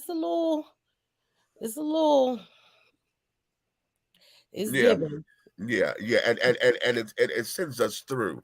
So my takeaway for everyone today is, we just had the 1-year anniversary of our sister Helena, and I keep telling y'all, honey, me and Helena will always say the most important part of that obituary, honey, is the dash between your birth year and your death year. What happened between What did you do with your dash? What did you do with your dash?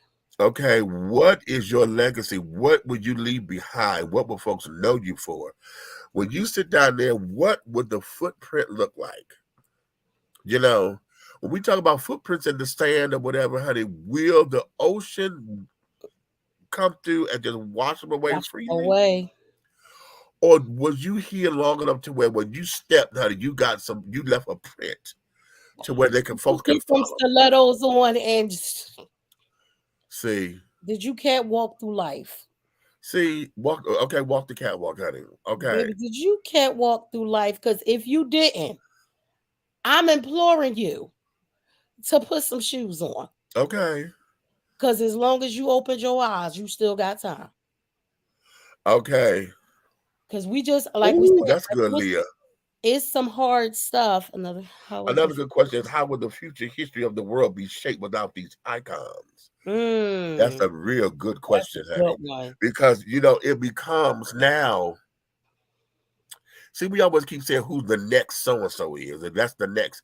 I don't want the next. I don't like that. I get what they're saying. Yeah, I get what they're saying, but let them be who they are. You know what I'm Yeah, saying? like I don't like when somebody listen, and y'all know how I am about certain art, especially the artists. Don't tell me they the next Whitney Houston, because no the fuck they ain't. Right. Okay? Right. Don't tell me the next young girl, the next Aaliyah. No, they ain't. Right. Right. Okay. They can remind you of them. Right. That's fine to if that's your way of you feeling like you paying homage, and I get it. But sometimes Exactly. they are who they were, and you can't be that. Exactly. Okay. So giving shout outs to all those particular people. You know, I'm honored that a lot of folks see that they feel as though I've been told this so many times that I remind them of Andre Leon. I never got a chance to meet him. Now you I've do. been told that so Now many you times. do. Oh You my do. God, honey. Your tight, your height, your demeanor, the cadence in your voice. The cadence in your voice y'all was related in another life. Y'all was related in another life. Okay. Okay. I believe it. Okay, I'll take that. I'll take that. Honey. We could have been twins somewhere. Yep. Okay, I'll take that. Okay, then let's go here because now I'm gonna bring y'all something, honey, that just sent me over the moon when I saw this. And this is coming from Vice.com. Okay, Vice World News. Dated for January 5th of 2023. A cisgender man in Ecuador legally changed his gender to female in an attempt to gain custody of his 2 daughters. But the LGBTQ groups are concerned about the man's use of a law designed to promote transgender rights and what effect it could have in the future. Renee Salinas Ramos, 47, told local media that the change was not related to his sexuality or identity, but rather that the Ecuadorian legal system gives preferable rights to mothers over fathers when it comes to the custody of their children.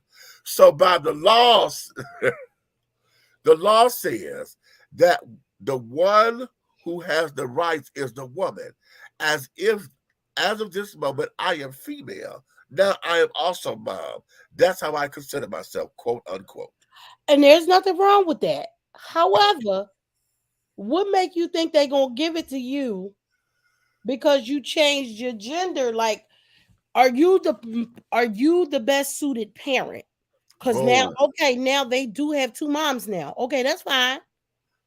That's becoming more of a norm about having 2 moms or 2 dads.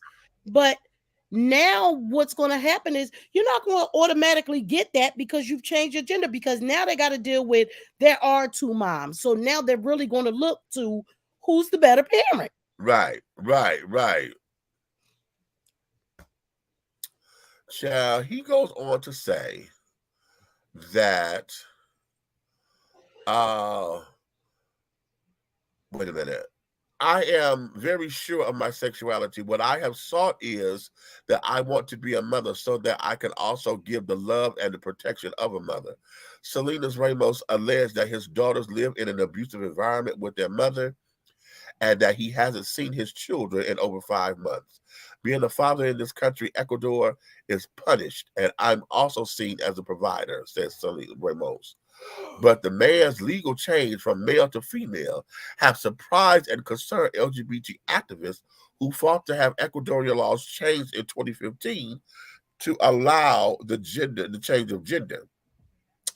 This man's private matter to obtain custody of his daughter isn't the spirit of the law, Diana Rodriguez, one of Ecuador's most prominent trans activists and the national director of the Ecuadorian Federation of organizations LGBTI, told Vice World News.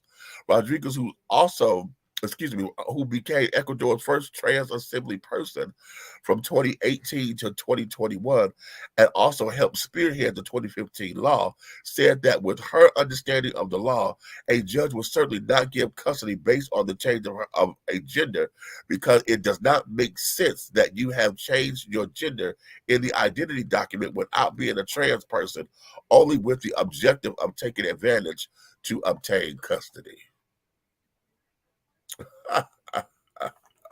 So the shit basically could backfire on you because you did it just because. Child, when I saw that, I said, okay, here comes the shit show. Right. Come on now. Okay, so now, see, it's one thing when we hear people taking advantage of laws and carrying on. It's another thing when we see it and it's like, okay, here is one that a lot of the naysayers who didn't want this to be a law in the first place will start to point their fingers and say, see, we told y'all the shit show is going to happen. Okay. Now, y'all didn't get on Agent Orange when he didn't pay his taxes and this, that, and other, and that's against the law. He didn't do what he was supposed to do.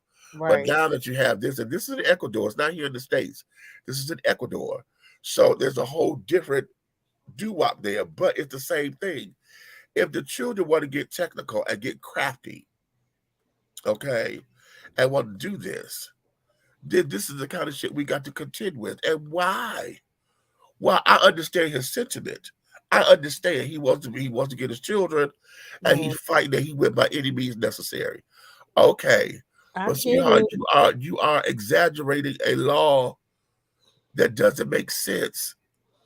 So now what? So after you get your cousin, do you legally go back to being a man on paper? What does that do? How does that work? How does that work? Can she come back and refile and say he a man again? Give me back my kids. I'm just saying. I'm just okay. Okay, wait a minute, Princess. What you say? Ain't that some shit? If he wanted to fight for his kids, he should have done that as the gender he is. This is one of those scenarios that have people looking at the LGBT community sideways when equal rights on the line. Exactly. Right. Exactly. You sit there and adulterated a law for personal gain. And I guess I don't need to sound so that way because everything. Don't abuse the system. Like, stop. Why would you do that? Yeah. What's the point outside of saying, "Oh, I just want to get my custody of my kids," because you feel as though you don't have a good case because the women always. That's a man thing anyway. Men been saying that here in the States. They're gonna get a kid in the mouth. But you know what? I don't always really find that to be true. That might have been true back in the day, but it's not the same anymore. They don't just automatically give them to the mom because a lot of times, let me tell you something. What it has seemed like to me over the years, a judge will look at a father fighting for custody because most of the time men don't, because we assume that the kids should be with the mothers. Right.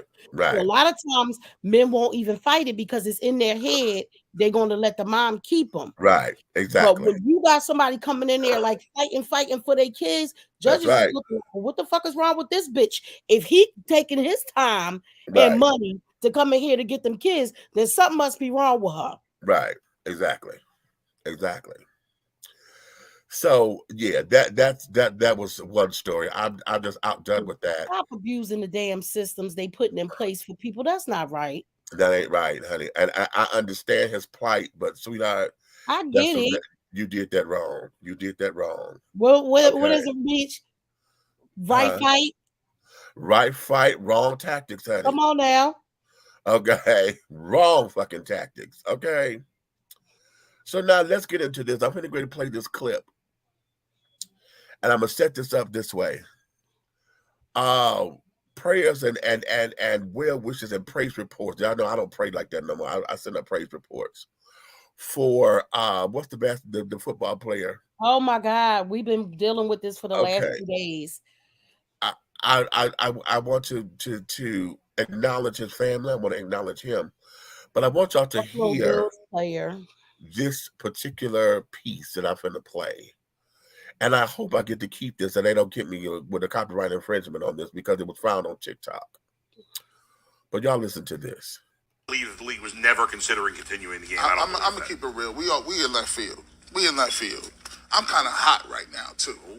I'm kind of hot. Because we do this every freaking time something happened on this field. Everybody want to pivot and act like I done heard people talking about, oh, you know, just the mental health of the players. And yeah, you could die. They don't even know they could die out here. We sit here and talk about this stuff every single time. Schedule remakes, how we going to make it up, what the league feels about it. I don't give a damn what the league feels about it. Let's keep it real. Why we don't talk about the stuff that matters? This young man, you want to know how what this you need to know about him? He's 24 years old, right? He got a contract for $160,000. That's his bonus. And he earns $825,000 this year. You say, G. Bush, why are you talking about this man's money? Because guess what? He's been in the league 2 years.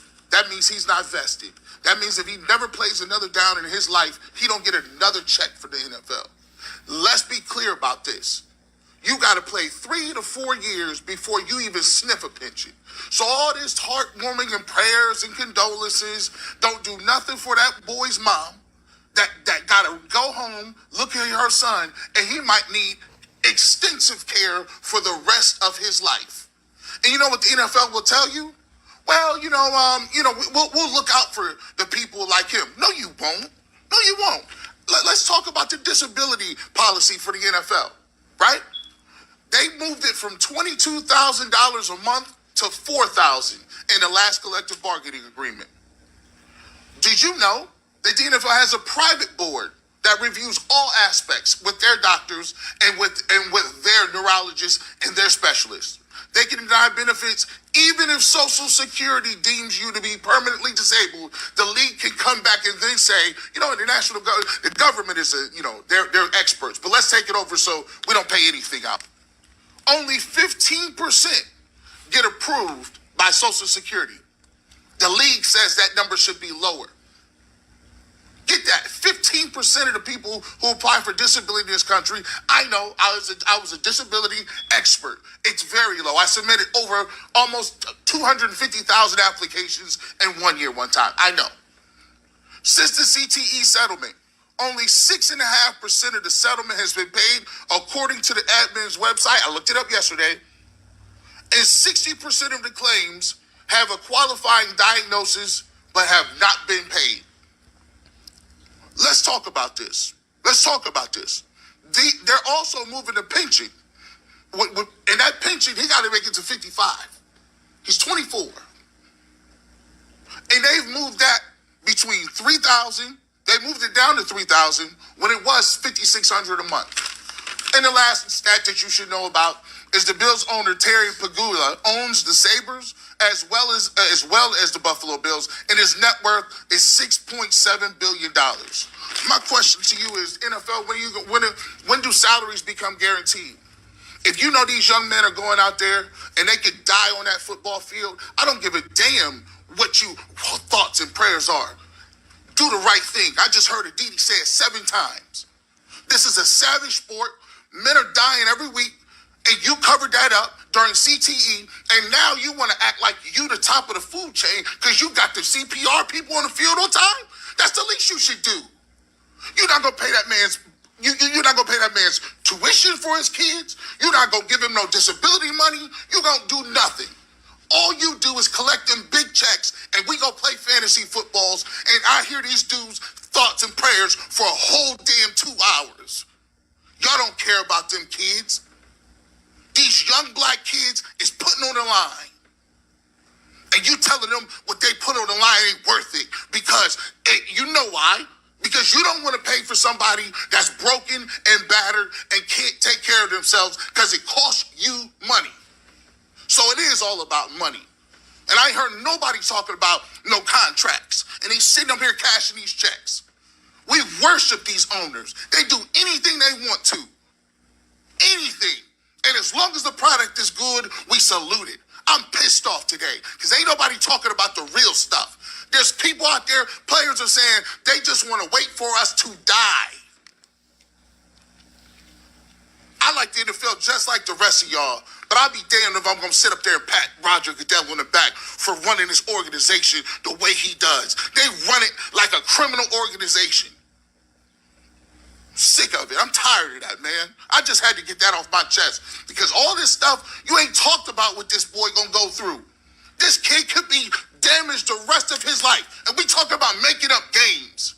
care about making up no damn football games. Bernie Kosar is the one that said that. You mentioned the player that said they're waiting for us to die. I thought about that conversation we had with Bernie on this very set about the league not properly taking care of these gladiators that have churned out billions of dollars for these owners. Yeah. And part of that Bernie is said, honestly, part of it is a failure of the leadership of the players' union. That historically has been a problem. Do the right thing. It don't take you or you to twist my arm to do something I should be doing for my players regardless. Everything ain't a negotiation. You getting billions. You can die today. That's a sliver of these people just want basic health care. We talk about $4,000 a month, boo. They don't need no players association to do the right thing by their players. It's called do the right thing, period. You got it. You're right.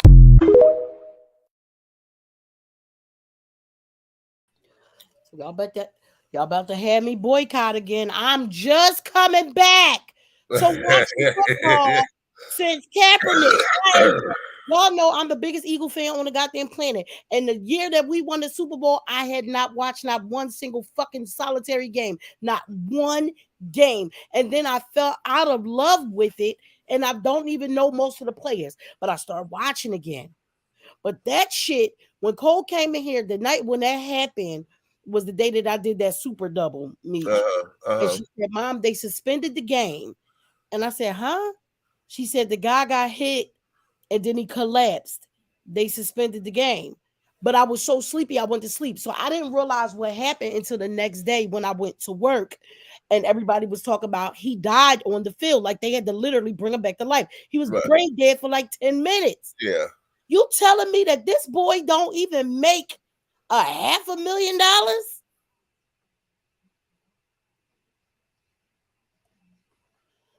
This is just like back in slavery times. I told y'all. Listen. All them things and the old rich ass white men. And we ain't nothing more than cattle to them. But wait a minute. See, here's the other portion to this for me is that the NFL is still considered to be a nonprofit organization. What? NFL nonprofit? Wait a minute. Let me. Wow, that's all they do is profit. That's the same thing I said. But wait a minute. Let me check my facts. I was getting ready to say. No, no, because I brought this up before. Because okay, here we go. From publicsource.org. This is dated October 9th, 2014. Why is the NFL a nonprofit? Okay, they updated. Update April 28, 2015. In the midst of several NFL scandal leagues, last October, Public Source asked freelance writer Perrick Joel to look at the nonprofit status of the league. On April 28, 2015, NFL Commissioner Roger Goodell said the league will no longer be tax exempt, eliminating a distraction. Exactly, because first of all, the NFL is nothing but profit. It's nothing but. It should have never been non-profit. Ever. How the fuck they let that fly? See, that's that rich bullshit. Exactly. So that means it's not even, this is 2023. So that's only 9 years ago. That's only 9 years ago that they come out of not being a nonprofit entity. And when he was talking about the prayers and all that stuff for 2 hours, that was yesterday because there was no Thursday night game. It was supposed to be a Thursday night game. It was supposed to be Green Bay and somebody. And we were waiting for it. It never came on until Cole Googled it, or she had Siri or something, and then it said there will be no more Thursday night games for the rest of the season. Wow. Not really giving an explanation, but like they said, they talk about how they gonna make up games and shit like that. Why the fuck? How you gonna make up games? And this boy is fighting for his life. Right. Hey, Okay. Pastor. Where's she at? In the kitchen? Hello. Hi there. Just walking in the door. Oh. Right. I told you they had church duties and stuff today. Mm-hmm. Yeah. It's just us. We up here. Listen. Yeah. I'm about to boycott the damn NFL again. They're getting on my fucking nerves. Even though the Eagles is winning. Oh, we saw them practicing yesterday. Oh, You really? know what? I'm gonna tell you something. It took this boy to fall out on the field for people to start standing up for the rights and the monetary stableness of an NFL player. This has been going on since the beginning of the NFL. They're the only league that don't have guaranteed money. And remember, he's not like a franchise player or nothing like that. So Right. if they could, they would sweep that shit right up under the rug. Right. But what you don't understand though, Nikki, in that actual thing, it don't matter if you was Michael Vick. You see how they got rid of him, and he was a franchise player. Mm-hmm. And they knew he didn't do it, but it was a way like, hey, let's just tear him down, and we ain't got to spend this money. Right. And I'm just trying to tell y'all that you're getting billions, and these motherfuckers can barely afford healthcare. Are you kidding me right now? But people was mentioning this stuff, but never complaining or standing up for it. But you know what it is too? Like us as regular people, not everybody knows all that stuff. So I'm glad it's people like him who go in and you saying it, because most people like, wait, what? Because I'm sitting here like, what? Wait. He only got his contract was what? Oh yeah, a lot of people. Yeah, a lot of people confused because they're going, wait a minute, and then they like, wait a minute, if you're not in there 3, 4, maybe I think it's 5 years max, you can't even talk pension. Right. And he only been there 2 years. He only been there 2. So look at those who've been playing, got injured, and had to come out, and didn't set it. Now I understand Jerry Maguire. You denying the claims of people you know got hurt, right, by making you money. And your disability when we were growing up, the three of us, disability for an NFL player was $5,600 a month. They just knocked it down to $3,000. Yeah, make that make sense. Make that make sense. And they still, the price of life has gone up. They still denying it. Yeah. How do they even make that make sense when the cost of living goes up every year, but you want to take the money down? Yeah. The cheering. So I'm stuck with that because when I came across that clip, did you send me that, Red? With the guy explaining all that, I forget somebody sent it to me, and when I listen, I said, "Are you fucking kidding me?" Yeah, I'm sitting here like, wait, what? Yeah, that was me. I sent that to you. Yeah. I said, "Oh no!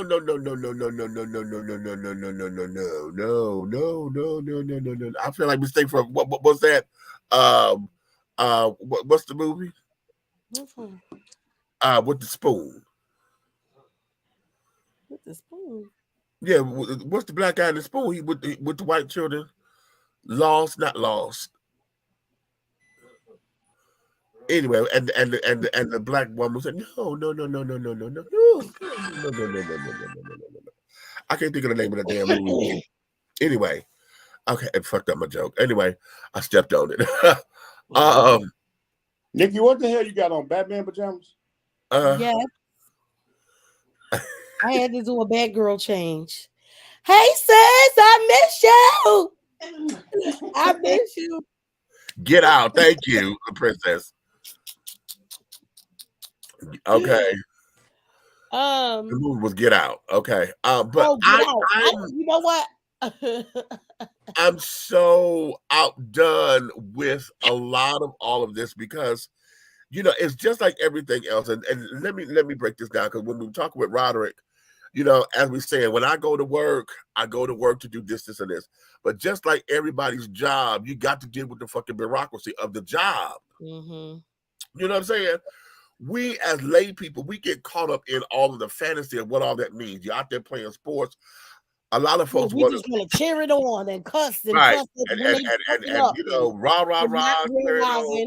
about their But regular lives. not understanding the red tape and the paperwork behind all of that. What does that mean to have a contract? What does it mean for health insurance? What does it mean for this, and this?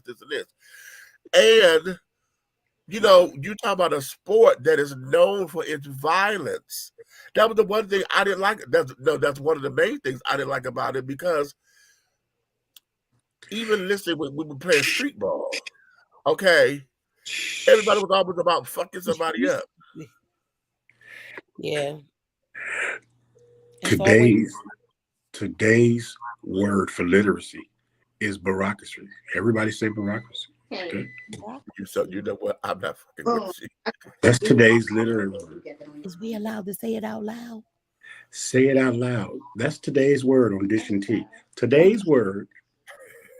Yeah, it's SOGA.org. I'm sick of you. You know what? I'm sick of you. Okay, I'm sick of you. Look, he just got here. He just got here. Okay. Backing up. He's been here 5 fucking minutes. Tune in tomorrow for the new word. That fucker didn't say tune in tomorrow for a new word. I'm sick of you. Okay, now use it in a sentence. Okay. Why would you give him that? Why? Now, in dealing with all of the red tape and carrying on, and you know, it's kind of similar to who said this about the music industry. When they said when you first get signed to the contract or whatever, or get signed to the label, everybody automatically thinks that, okay, oh, you in. They say, no, bitch, you got 90 days. You still got 90 days, you know, on the job before the benefits kick in or whatever. So I said, you still doing, he clicked out. You still doing your little do-wah-diddies. You know, you still got to pay homage and carry it on, you know. See what they don't. Okay, structure, music industry. As soon as you put your name on the contract, you owe. Right. Oh Lord, and please don't please don't you take no advance. That is not your money. That is an advance. That's what the fuck it is. An advance. Along with all the other money you owe, now you owe that too. Because you owe for recording fees and every damn thing that they had to do. Promotion, studio time. Your motherfucking way to the damn show where the hell you had to sleep and eat. If you bought a Snicker and the motherfucking manager paid for it, you owe all that shit plus that advance money you took. Okay, right. That part. Are you saying, yeah, I'm on top now. Oh, this is my PA. They go with me everywhere where I go. Well, reason they go with you everywhere you go because every time you pick up something, it automatically gets paid for, and it goes on a list. You can check and see. Okay, so wait a minute. I know your word was bureaucracy, but let me give you the other word for Dish and Tea for today. Recoupable. It's tea time. It's called recoupable. It's what? That was the first word, recoupable. Recoupable monetary issuance is at the bottom because of the recoupable was a word I taught my girls when they were 12 and 13. Because I want you to know, I'm spending all this, but I want my shit back. Right. Okay. You motherfuckers get big. I want my money back. So we gonna understand what recoupable is. Right. We ain't buying shit out our means. We ain't taking no money from nobody that we can't give it back to. Recoupable. Hey, do you all hear Auntie Nikki? Let's interrupt this moment for a demonstration. Hi, we're Boys to Men, and we're here to renew our contract. No, we're not going to do that. How about this?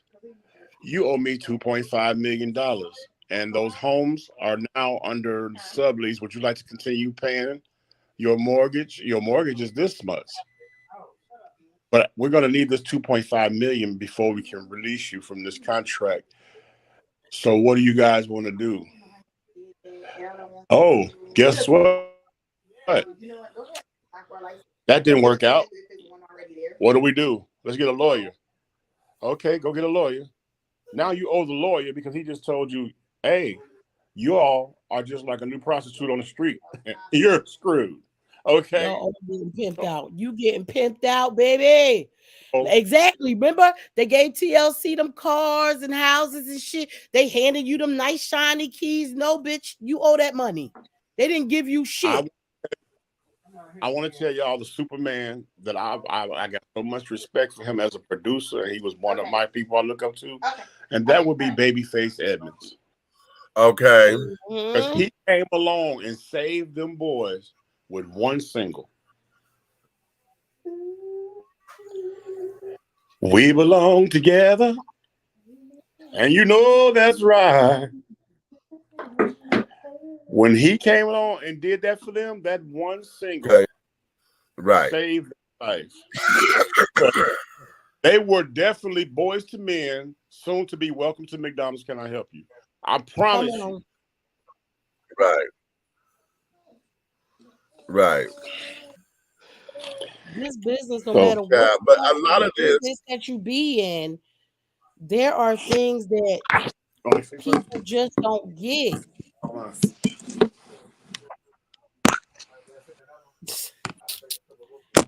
People just don't get the business part of stuff. And but a lot of this, you know what, this the business part of stuff. When we taking all these classes and carrying on, this is the stuff that needs to be taught. I don't want to keep talking about headshots and this, that, and that. Cute. But when we talk about contracts and understanding what a 360 contract is, understanding see, those are the kinds of things that we need to be taught. Now that we've had so much experience in this, we got the artists of yesteryear that have been duped, and there should be something here to where there's a blueprint that says this is what you don't do. I want to know who came up with a 360, because they need their motherfucking ass whooped. Well, they need their asses whooped, because if that ain't the most disrespectful snake ass shit ever seen in my life. So for you guys who don't know, a 360 means no matter what you do, your likeness. You say it's a music contract, right? But then you go get some TV shows, some commercials, some sponsors. No matter what you do, they get money from every single fucking thing. Right. Don't you ever be that hard up and sign a 360. Unless you homeless or whatever, and you feel like I gotta do this, I already know what it is. If you're gonna sign a 360, please know what you're getting into, because that means they will take money from every which way you get it. Right. That's why you have to have a lawyer, a bona fide lawyer, to make sure. A bona fide entertainment lawyer. Boom. Because if they're not an entertainment lawyer, 9 times out of 10, they don't know those entertainment laws. Just because they're a lawyer and they went to school, what's your specialty? Right. You search out an entertainment lawyer. That's right. That's right. If you can't afford one, then baby, you better start brushing up on that entertainment law yourself. Right. To know what your rights are. Exactly. Do not jump on the first thing that you see. There you go. Woo, please don't. Oh, well, take that across the board, honey. Mm-hmm. Which is that? I don't know. It's been a long time. Sorry. Everything that look good ain't good. Everything that look good to you ain't good for you, honey. Ain't good for you. Everything that glitter ain't gold, honey. You know, this not either. But honey, listen. You know, I did a big meets moment on this, but I want to reiterate the point, because, you know, as we're talking about entertainment lawyers and carrying on and understanding about your business and understanding this, that, and the third, understanding healthcare with this football player and all of that, we just come out of another catastrophe, if you will. You know, the weather and stuff, all these floods and everything. California. Y'all see in California? Yeah. Girl, that thing was flooding. I thought they was earthquakes and fires. They had floods. What part of California? LA, what was Santa Barbara? I don't know, because I thought when I was gonna go to work today, it was gonna be a whole shit show because I didn't think we was gonna have flights, but we did. I gotta call my family that's in California to make sure that they call them. Me and Cole was looking at some of the stuff on the news last night, and I just was like, looked like a tsunami was hitting them. Here are some things that we need to look into as far as our education system and stuff is concerned. And, you know, I know that we are into the high-tech world and carrying on now. But one of the things that we have experienced is that we don't have enough plumbers. When all these pipes and stuff got to breaking and bursting and carrying on, all of the people, the contractors and stuff, they were overbooked because they don't have enough workers. Harry probably was up to here. Yeah, but you got to remember, you know what? Everybody got to learn that when pressure bust pipes, you know what I'm saying? You got to know that if you don't got nobody to stick it in there when it's hard and it's split. He get on my fucking nerves. We trying to be serious. You ain't got nobody to handle that when it splash all over the place and you got to clean it up. It can get real sticky. Real sticky, rusty. Yeah. We're not going to do this. She ran. Because he don't got no damn sense. We are trying to be here for the people. But every rusty pipe needs a good rubber sleeve. A good scrub too, honey. Right. Okay, listen. We need to train these young babies. You know, we need to go back to apprenticeship programs and carry it on to where they can learn these skills. Could you imagine? And I said this in a big meeting moment. I was like, listen, could you imagine if somebody adopted a gang? I still want to find that damn cola. What I know the Crip Cola. The Crip Cola and the blood cola, whatever. The Crip Cola. It was the Crip Cola. Yeah, but he did both. He did them both, remember? He did both. I forgot what the blood one was called. And I still want to go find that because they're absolutely fantastic. To where we teach them how to do something other than the gang banging or whatever. Come up and elevate your mind. Just think about same this. process but take it on the board. If you're a drug dealer and you're the person that's cooking the dope and all that old stuff, baby, you a chemist. Yeah. Imagine just what some classes and shit will do. Right. You the one that's making sure that money's straight. Baby, you a banker. You an investment banker. You know, before I got to clergy, like you were saying, Meech.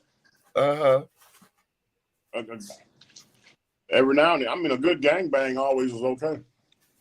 I can't. Nope.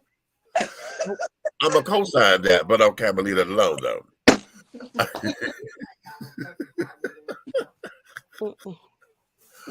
Okay. Nikki, got it.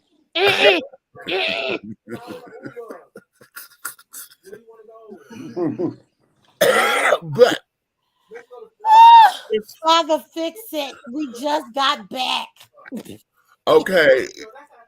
If we just imagine if we were to adopt a gang and so, you know, those who got the coin to do it, to sit down there and to show them the tools, they could have had their own plumbing services or whatever. They could have been up, you know, even now, because now that we're out of this particular tragedy at the moment, but we need to prepare for the next time because cold weather is weather. You know, weather is weather, honey. We don't know. Mother Nature, honey, she's finicky right now. And I keep telling everybody, she done took a laxative, honey. But remember when it got real, real cold? Yeah. Remember when the moon changed? Yeah.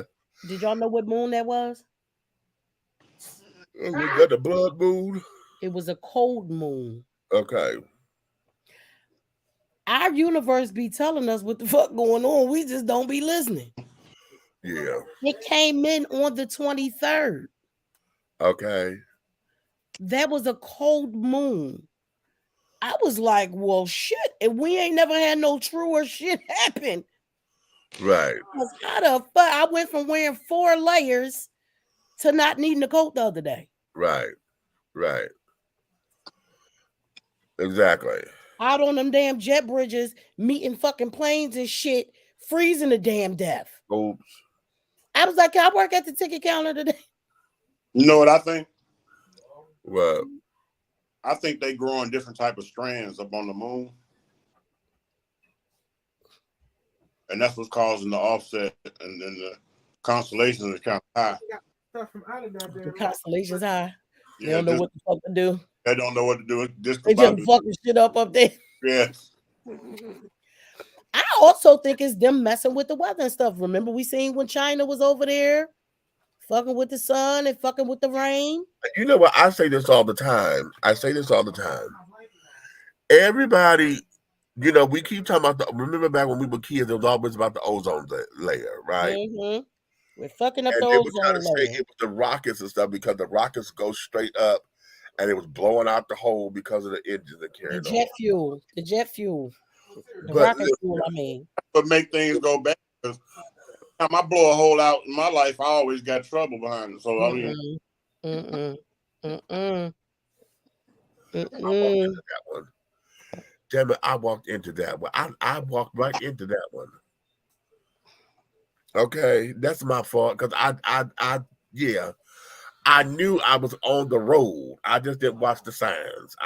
Yeah, that's me. You walked into the joke or the hole. What'd you say? Yeah, we're gonna stand up in it. We're gonna stand up in that motherfucker, honey. You might meet somebody you know, depending on the person. I'm sure I will, honey. With the numbers that I have, child, I'm sure I will. Yep, I know.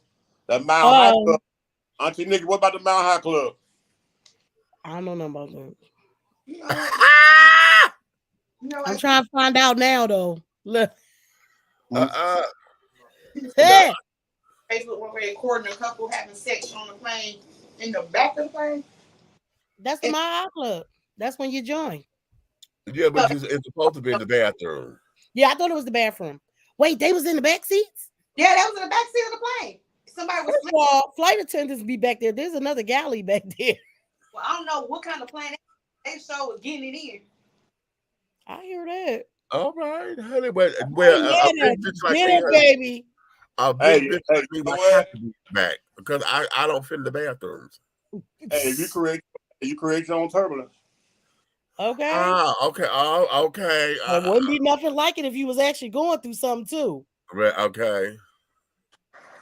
Okay, rock the world for real, honey. So that when we because shit that done got on our nerves that we ain't had a chance to talk about.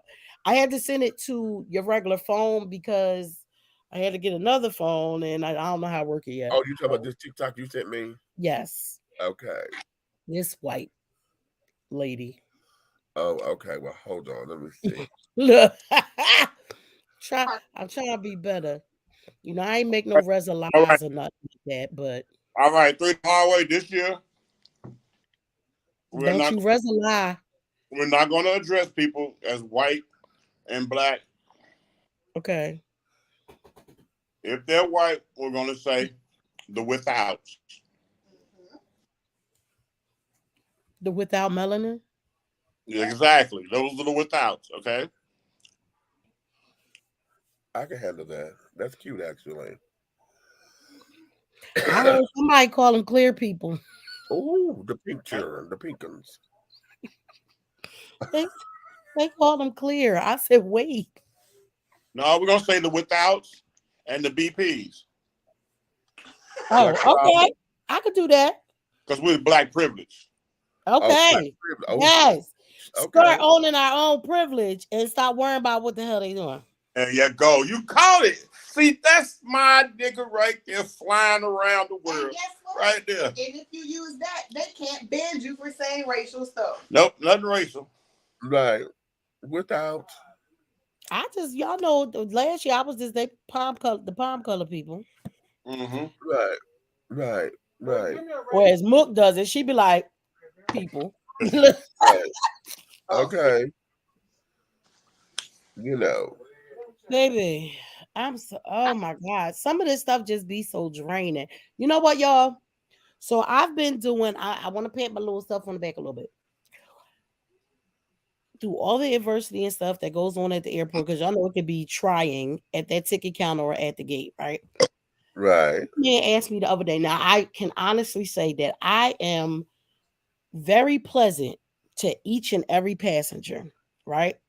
When they walk up, I say, "Hey, how you doing? Where we going?" This what we calling him? This without man.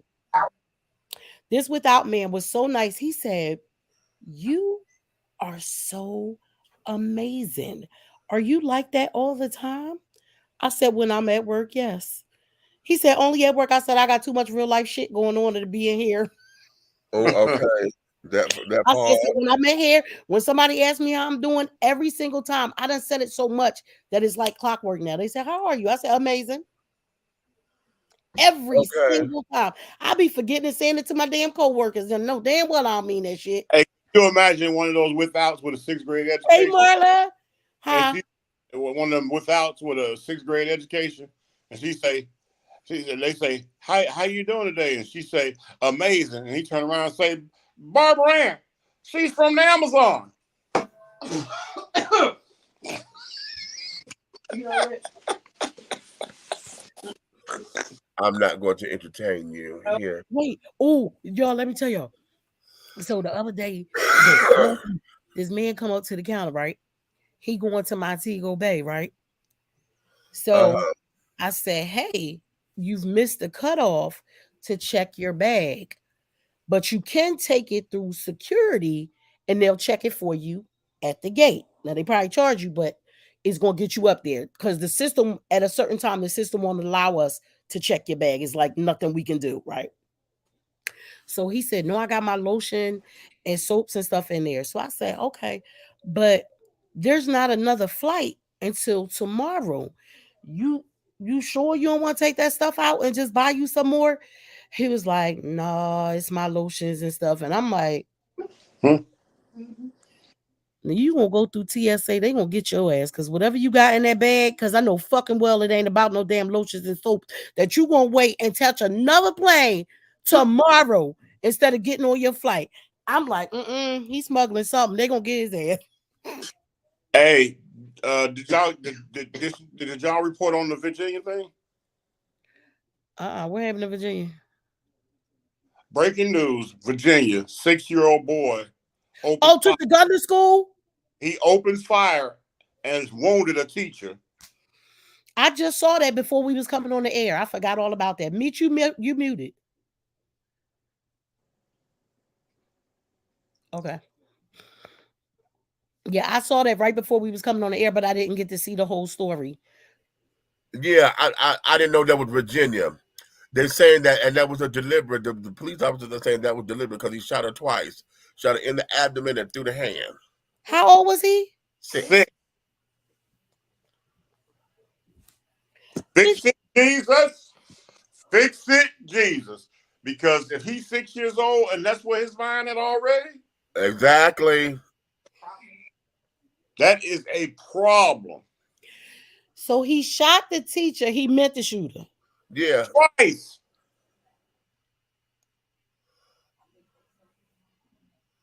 Yep.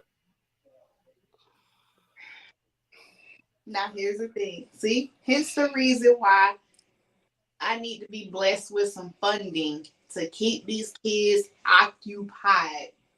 They need something. They need to be occupied. They got too much going on already as it is, and their little brains is functioning on too many different things instead of what they supposed to be functioning on.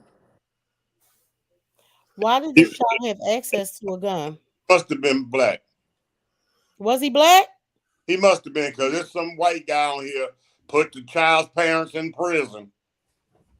Nobody starting them because they don't never say that when they shouldn't be shooting up school. You don't say that the damn time. When Billy Ray get a doggone double-aught shotgun for his 5th birthday. You don't say that then. You don't say you stupid. I don't know why I'm feeling like this little boy might not be black though. I don't feel like I hope he's not, just because I'm looking at these crackers. I'm opening the story. Excuse me. Ain't nobody studying them. They always got something to say. I get so mad when Group 6. 6 years old. Why does this child have access to a gun? Exactly. But again, I'm gonna ask that question. Why I'm standing with you on that, Nikki. But I'm also standing on the mentality of these kids knowing how to unlock gun safes, knowing how to go. Because when they want to get to something, let me tell you something. What I've learned. What the fuck that made you that mad at 6? But I'm saying I want to tell you something I've You learned. in first grade. That I learned watching Felonious Field. Right. Let me tell you this. They will see something on a Monday that they have no business touching. That Felonious Field. The following Tuesday or Wednesday of the next week, when something triggers them, they know how to go right back to where they saw it last Monday and get it. Mm-hmm. But they can't remember the alphabet from that morning when they was in class. Baby, remember when we start singing our rap music and your mom say, "You better know that schoolwork like that." Right. Mm-hmm. And we used to do that in school. I'll never forget the boys sitting up there singing "I Want to Rock with You," honey. We were in the school auditorium, honey. We had got up there. He's singing his little heart out, honey. Michael Jackson, "I Want to Rock with You." That is my song too. And the principal say, "Okay, well, that's good. You got a very good voice. That's good. Now, what's 7 times 8? Okay. Mm-hmm. Baby sat down there and he froze. And then there was a girl sitting in front of me that was in free. She said, "Well, what is it?" I said, 56. I said, "You don't know either." You don't know either? So she sat up there. Child, why do I have that memory blazed in my head, honey? We were like 9, 10 years old then. Okay. It's But that's what that was. And it's sad time. Hey, you want to hear how much I stayed in trouble for being sarcastic and smart. Mm-hmm. We was going through that same thing, singing 1999. Yeah. And we were beating on the table, and we was, you know how you be drumming on the table? Right. And we like, 2019, we're gonna party like it's 19. And sure enough, one of them instructors that try to make you look bad turned around and said, "Yeah, if only y'all knew y'all arithmetic just like that and everything." And everybody got quiet, like, "Oh Lord, nobody want to be bothered with you, right?" Why me out of everybody? And they got to be the smart. I was like 2000-001 is 1999. Okay. I'm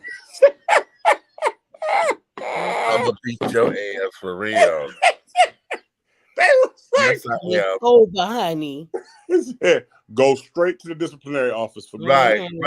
Now, That's all they can say. Dr. Marla said because they doing target practice with the parents.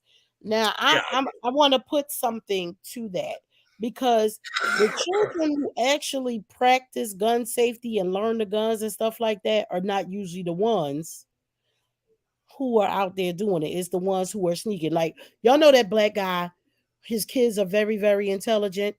They know all about guns. They know gun safety. They're blindfolded. They can take them guns apart, put them back together, and tell you which one it is. But they can tell you any part of any kind of education. Them kids has got them brainiacs. Black Rambo. Black Rambo.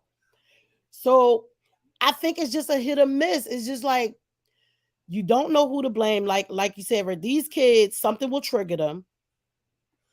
It don't matter if you learned gun safety, if you didn't learn the gun safety.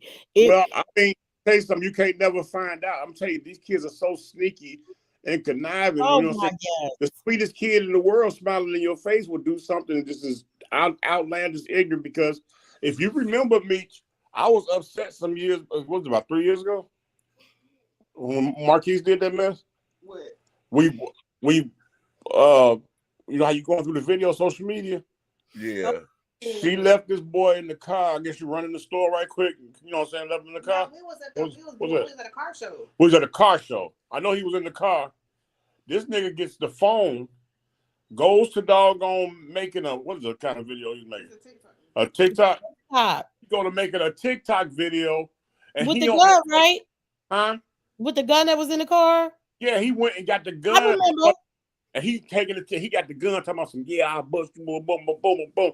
And don't know you got a fully loaded doggone pistol in your hand that don't have no safety on it. Remember Remember, Fred was saying that's why he wanted to get rid of that one. Yeah. There wasn't no bullet in Thank Good. Yeah, well, luckily it wasn't like. I don't never put no bullet. You know what I'm saying? Naomi don't ride with the bullet in the chamber. I'm the person. Depending on where I'm going, I'm gonna put one in the head. Right.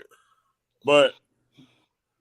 Luckily it wasn't in there because he playing with it all like this, and all it took was power. He could have shot himself in the goddamn head. It's where this is, okay? And what we have got to recognize is that children are coming here more advanced than ever. Oh, yes. Okay. And so I know we're all saying, but that baby was 6 years old. That baby was a 6-year-old precocious something. Remember, we were the precocious kids when we were the brainiacs. We were the ones that were the assholes. We knew how to ask inquisitive questions that made folks upset with us because kids weren't supposed to be like that. Okay, we're the generation of a kids to be seen and not heard, but we challenged all that. You don't shut me up. Yeah. Okay. So now these babies, which are our kids as kids, okay. Now they're coming here with a whole separate level of everything, because technology. I mean, look, we didn't have all this. The toys are now cell phones and laptops and shit. That's the toys. Those are okay. toys. Then look at these kids are coming up. They're born into a social media world. We didn't have that when we came into this world. They're born into social media, so they see all this and see all this. They got parents who sit down there. Their only retort for problems is to say, bitch, I'm gonna bust a cap in your ass. I'm some of this. So if this 6-year-old got upset with the teacher because she didn't give him the cookie or the milk or whatever this was, maybe he had to stand in the corner or whatever, his only idea is to retaliate. So now what? So now he got to prove he big and bad, like his daddy, like his mama, like his uncle, like what he knows. Well, like what he just saw on TV, because ain't nobody paying attention to what the fuck he watching. Hold on. I'm finna do it again, Meech. I'm finna start off the season one more again. Shout out to Grand Theft Auto for giving a false sense of reality to children in the world. Oh my God. No child should be allowed to play that game. No adult should be able to play that. Well, I would love to. Wait. I think we should play. We should know better. My grandchild just screamed over here. That taught me how to drive. A lot of kids say that. Yeah. But I don't think children should be playing Fortnite. I do not think they should be playing Call of Duty. Nope. Black Ops, Call of Duty, Fortnite, and doggone GTA should be banned from the should be banned. It should be banned. Not banned from adults playing it, because by this time, you as an adult, you should already know. But I do not think children should be playing that game. Listen. Here, my whole thing is just ban the motherfucker, period. Because and I said with my chest. I said with my chest because damn it, it's these fucked up ass adults who want to sit down there thinking they teaching their kids about being real and all that jazz. But you know what, Meech? What's true? I'm gonna tell you something. You just said a real mouthful. Half of the Rays on the street wouldn't even know the difference between 5.56, 4.42, and 2.23 bullets, and what type of guns and shells and banana clips and top loads, end loads. You know what I'm saying? But they wouldn't know nothing about doggone laser sights. They wouldn't know nothing about the doggone explosive tips and all that if they wasn't playing Black Ops and all that stuff. Right. Oh, Black Ops. If you don't quit playing. Shit, we take it back, because I know I was playing 007. Okay. Look, back in the day we was playing 007. I run up on you and shoot you in the back of the head real quick. But the crazy about it though, Nikki, when we were playing those games, when we had the games in the shoot, they wasn't giving us full description and the real names of the weapons. They really wasn't. No, that's they true. Really wasn't. And I can honestly say, as teenagers, I played 007 with my kids. I ain't seen none of my kids just going out here trying to shoot somebody in the damn head. But then here's the other thing too, because see, that goes back to the show we did when we showed y'all those toy guns. Every time I be telling people about that show, and telling them to look them guns up, because people didn't believe me that Nerf was making motherfucking guns that look real as shit. Yeah, Nerf was making they make it. No, they still doing it today. They got We're toy doing it guns. right now. You don't remember, Nate, when we did that show? That was just last year. Yeah, Glocks with the same 19 on it. People don't understand. The government wants to say everybody. I don't even care what nationality or color you are as of right now. But that is a target on everybody back there. True that. Ladies and gentlemen, we are under spiritual warfare, and it's time for you to light up and get right. Baby, listen. The thing of it is, look, we under something. Listen, the whole thing with spiritual warfare is that if everybody believes differently, honey, we got to get into alignment with good versus evil. Yep. And the thing of it is, because see, everybody who believes differently, a lot of times it's juxtaposed, because those who think the evil is good are going to get spearheaded into thinking that, okay, I'm on this particular path. And so now it becomes, okay, which God is greater? How about that? But baby, if you wake up in the morning and know good from bad, I mean, just common sense of what's not right.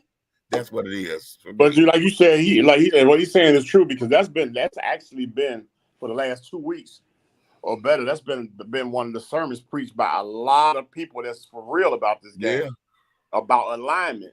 You know what I'm saying? And like come together, bean pies start sticking chicken in the bean pies, and you know what I'm saying? If we start serving bean pies, they start serving collard greens. We don't have to put no pork in it. We can put turkey in it. We got to come together somewhere along. Sell collard greens, right? Okay. You know what I'm saying? Stand on the corner and sell bowls of collard greens.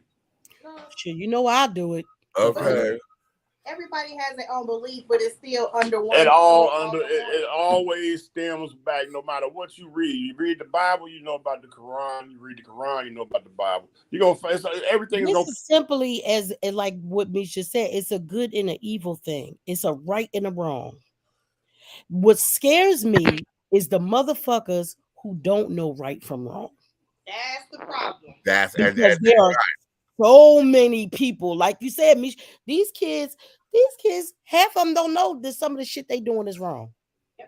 Because if this is all you know, because that's how you grew up. If your mama out there gang banging and your daddy is too, you've been locked up with your dad, you've been in the cell with your dad. Nikki, I'm gonna give you some game right now. This is somebody all three of us know. Oh, okay. When I decided to do this, and me and my wife, you know, said we had our ceremony, you know, put the collars on. Okay, cool. Fresh called me on the phone. Oh, Fresh, yeah. He called me on the phone, and he called me, and he was all excited about. He just did a show, and the show was awesome. He turned the crowd out, and they got invited to go do an after-hour show, and he was asking me, hey man, can you pull up? Can you come to the next show? Man, come on. He's steady telling me, and I'm telling him, I said, I'm proud of you. I'm happy you're doing your thing. You keeping you focused, stay focused. And I'm telling you right now, I'm saying to myself, you know, and I'm telling him like, yo, I've been saying this. If you focus on your craft and go all in, you could be great. You are very talented. So here it is. He going on and on. I was like, man, I said, the only thing is, Brian, I ain't gonna lie to you, I can't pull up to the thing because I don't go in clubs like that. I don't do them. Well, he said, what? You know, remember that? I said, yeah. I said, me and Naomi, we got ordained. We're ministers now and everything. He said, like church? He said, you go to church? What? I was like, you have a nice day. I hung up. I haven't heard from him since. I mean, everybody's journey ain't everybody's journey. Listen, I have Red, just like what you just said. I had a friend that I grew up with, right? Grew up with since a little kid.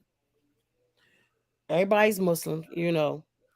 When I told him that I had started going to the temple with my sister, I've never heard from him since. I mean, I grew up with him. Then him and his wife lived on the same block as us and everything. And when I went to tell him, I said, I've been going to the temple with my sister. I'm like, you know, Islam always made the most sense to me. But I went with my sister to the temple and something touched my spirit. And that's never happened before, ever. that's when I realized that people actually catching the Holy Spirit was real. Because to me, people jumping up and down, and that's where I learned the difference between shouting and catching the Holy Spirit. Right. Because you can feel good and shout. Yeah. But that Holy Spirit getting you is something totally different. And until the shit hit me in my ass, and I still can't explain it to this day. Hey, did I just hear a rooster?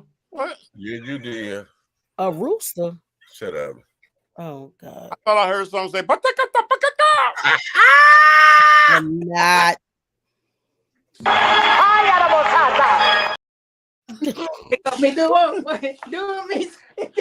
But I had that same experience. I really did. And it hurt me too.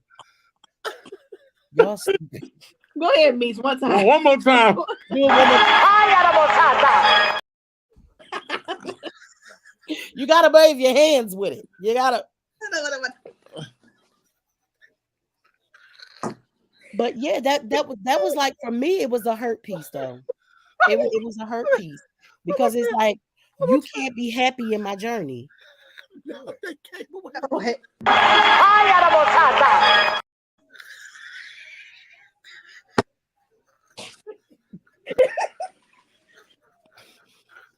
You gotta get stiff with it. Wait. You gotta do it like this. You gotta get stiff with it.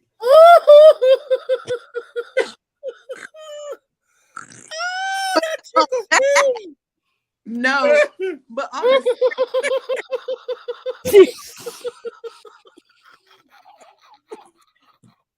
No, hurry up! I gotta go do double tomorrow. God help me. On a serious, Oh Lord. On a serious note, everybody is not to walk with you. People are in your life for a reason. They are in your life for a reason. They're here to teach you life lessons. So it's okay to lose people. It's right. okay. Like, I mean, it ain't break me down, but it did hurt my feelings to know that if I'm telling you that for me, Islam is always be my foundation. It has always made the most sense to me. But when I went to the temple, I felt something that I never felt. And for you to just be like, click. Yep. Yeah, like literally hung up on me. I swear to God. I'm like, Never you did. talk some sense. Oh. Okay. Mm-hmm. When you answered your calling, okay. No hanging up. You have to explain your change in lifestyle. That was your chance for witnessing red. Okay. Yeah, something wrong with him. Y'all know he ain't got no damn sense. Okay. Somebody. I know. Yeah, Hey, Eric. What's the hair is red. Keep the rooster on the stage.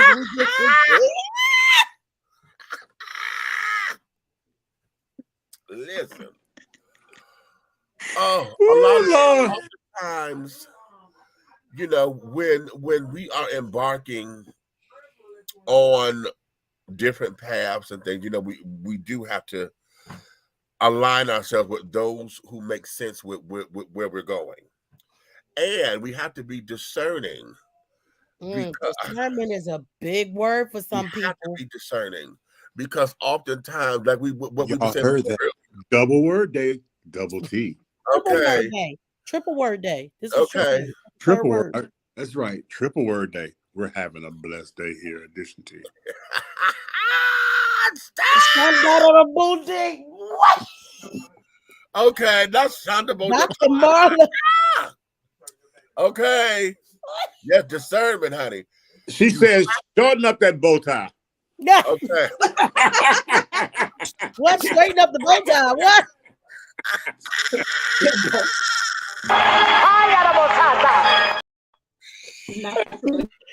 See, she said straighten up the bow tie. She said straighten up your bow tie.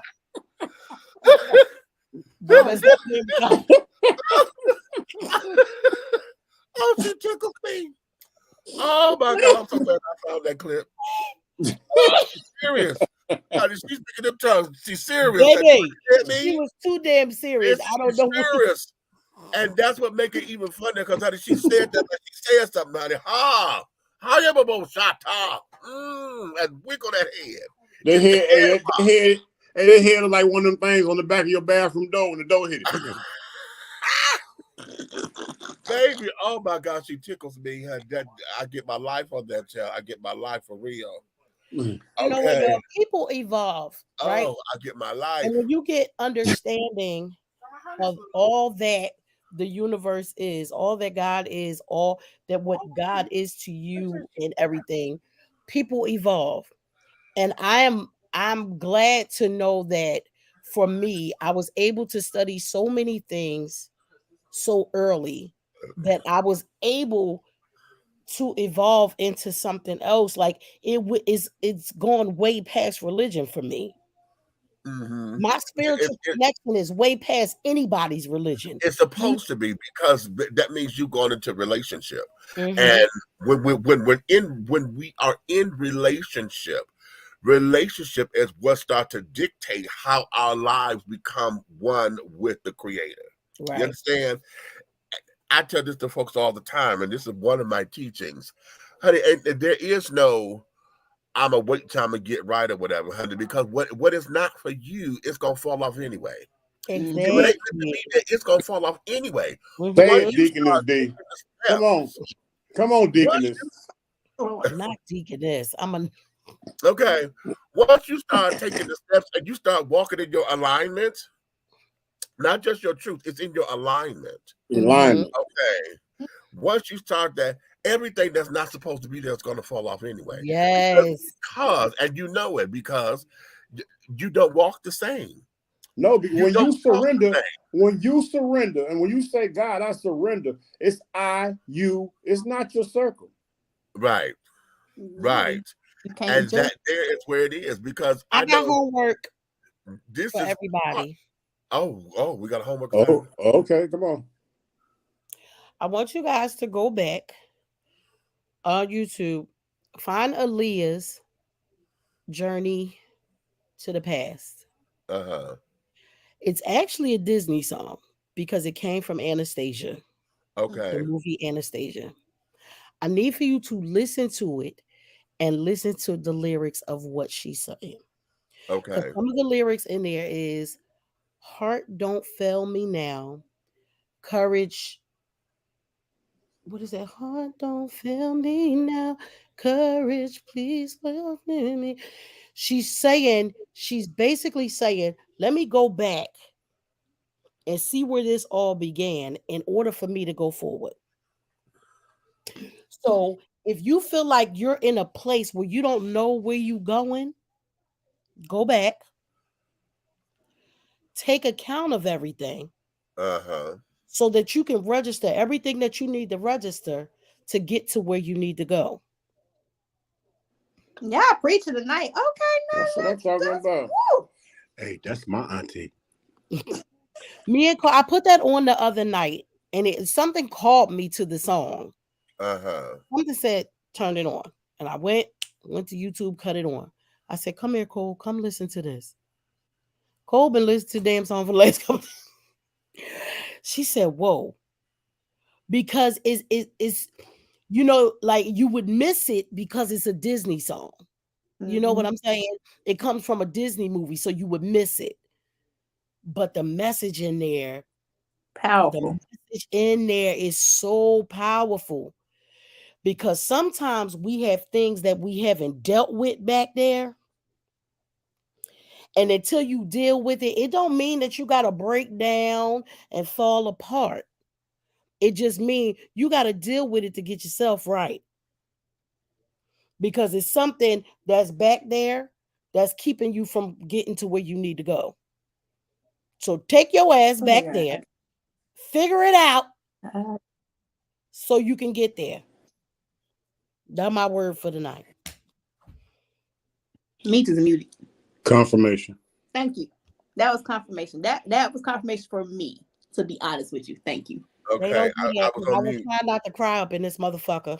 But here's something that oh damn, I lost my train of thought. I was going somewhere. You lost your tater tot. What? No. Who got tater tots? We got tater tots over here. We Y'all got got tater tots. We got tater tots. We got tater tots. He got tater tots. Wouldn't you like to have a tater tot too? All right, listen, meet me at the airport. I got a 4-hour in between my two shifts tomorrow. Somebody meet me at the airport, bring me some tater. Oh, okay. Y'all bring me some food. Hey. Yeah. I'm gonna hop on the flight and just come right back. And y'all meet me at the airport, bring me some food. Hey, Meech. Huh? One of those gifts of mine kicked in. You got a gift? Oh. Which gift? My gift is I see things in like real life video. Okay. And I had no.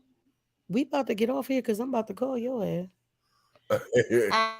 No, because I thought only I did it. We had to call somebody that I never talked to because I had a dream about this person and I don't even really talk to this person like that.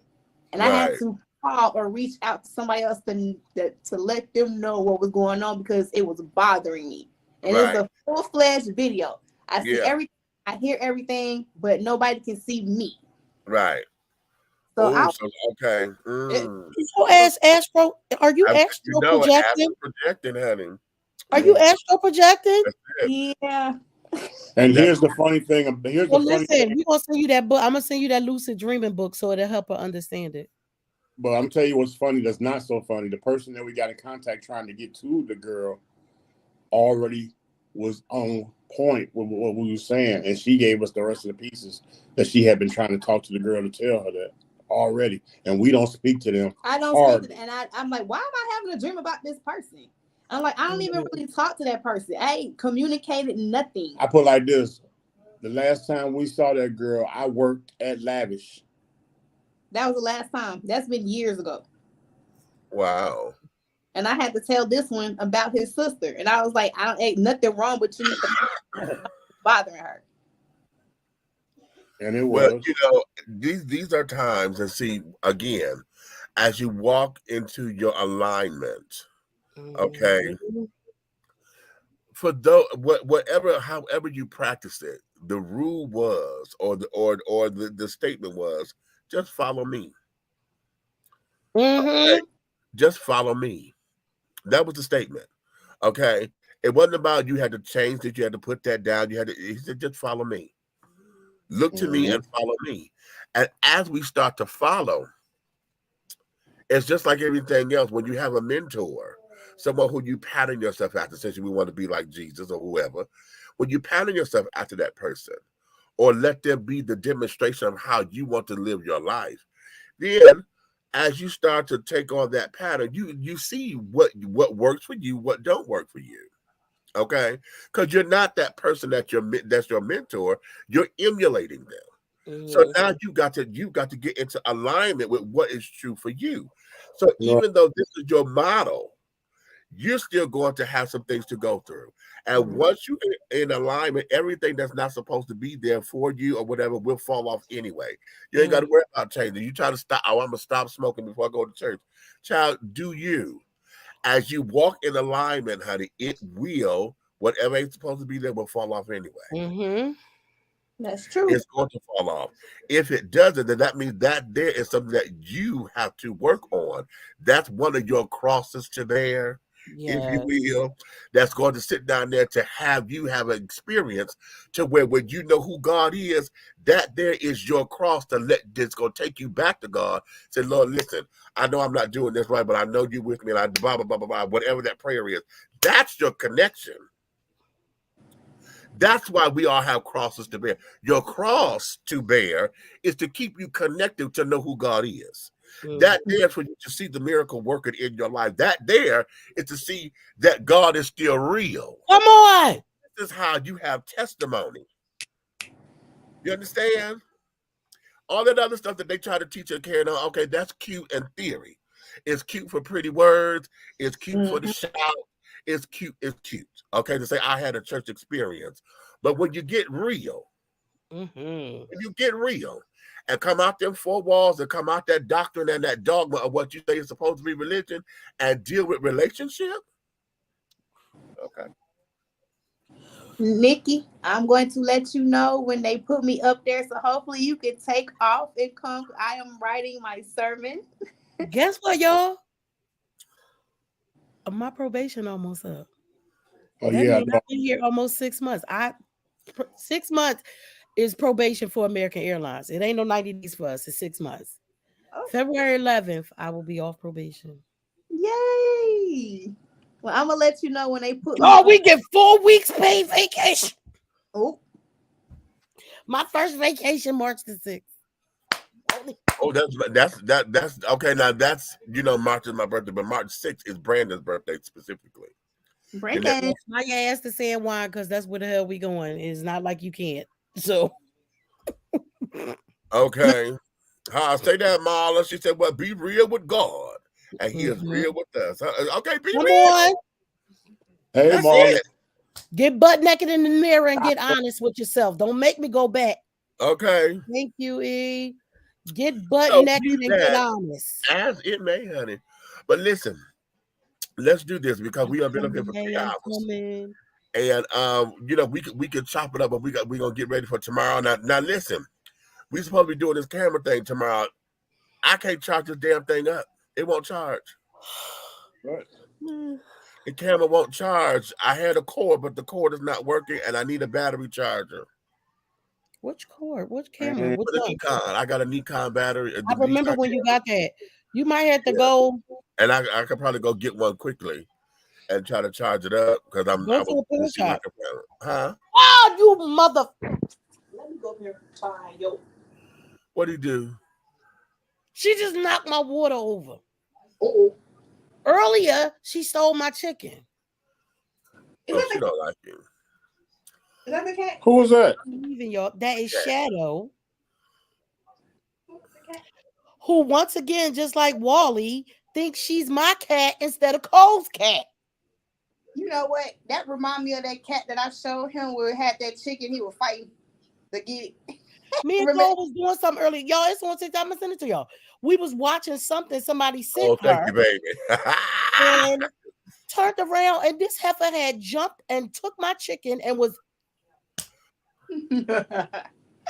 Yeah. Cole learned how to cook too, y'all. That chicken was good as shit. Okay. She made it in the air fryer. It was so good. Okay. But before we go, I'm gonna play this trailer one more time for About Him. Okay, just so that we can give them a little bit of do I diddy. Okay. And let y'all know what's going on. So let me play this one more time. I'm gonna play the first one that I played. Oh, wait a minute. Ooh, both of them. And when times were rough, I made sure I held you close to me. So call out my name,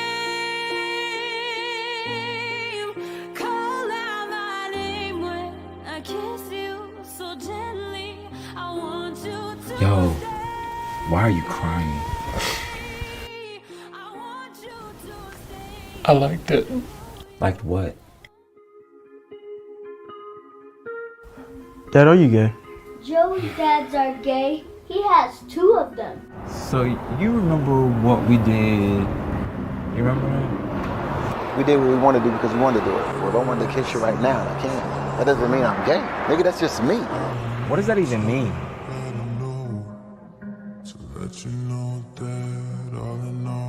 You are my wife. You can't be out there embarrassing me in front of my friends. Motherfucker, get your hands up. Damn it. What you daddy for? Look, I'm sorry. I'm sorry. This is why I don't want to fucking get right here. I'm tired of being abused, David. Do you really think you could be fucking happy living under these labels? Man, what you want me to do? Stay in the closet? Now, you may call it being DL, but I call it being fucking discreet. Nobody needs to know who I'm fucking or how I get fucked. No matter how you look at it, you live a double life. No matter how the world and the media try to paint it, gay is something a black man ain't supposed to be. Oh, y'all a couple now. Well, they gonna have a gender reveal next? I don't know, we might. Babe? Want a babe? Always have. The 2 faggots are gonna have a baby before you, David. Damn, man. That make you feel.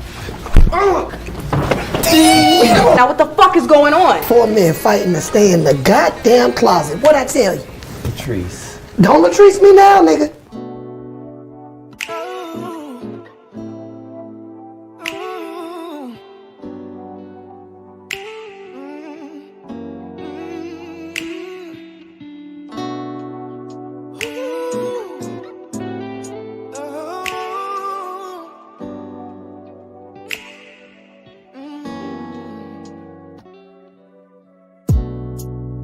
Loving things that don't love you back. Heart under attack. And there's nothing you can do. And the feelings we had, they're all gone.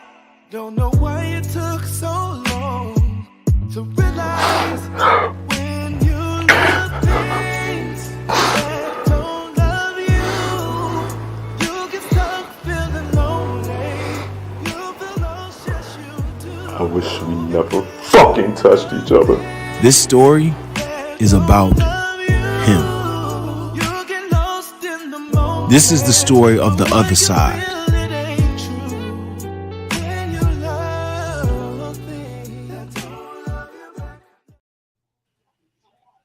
Yeah, baby.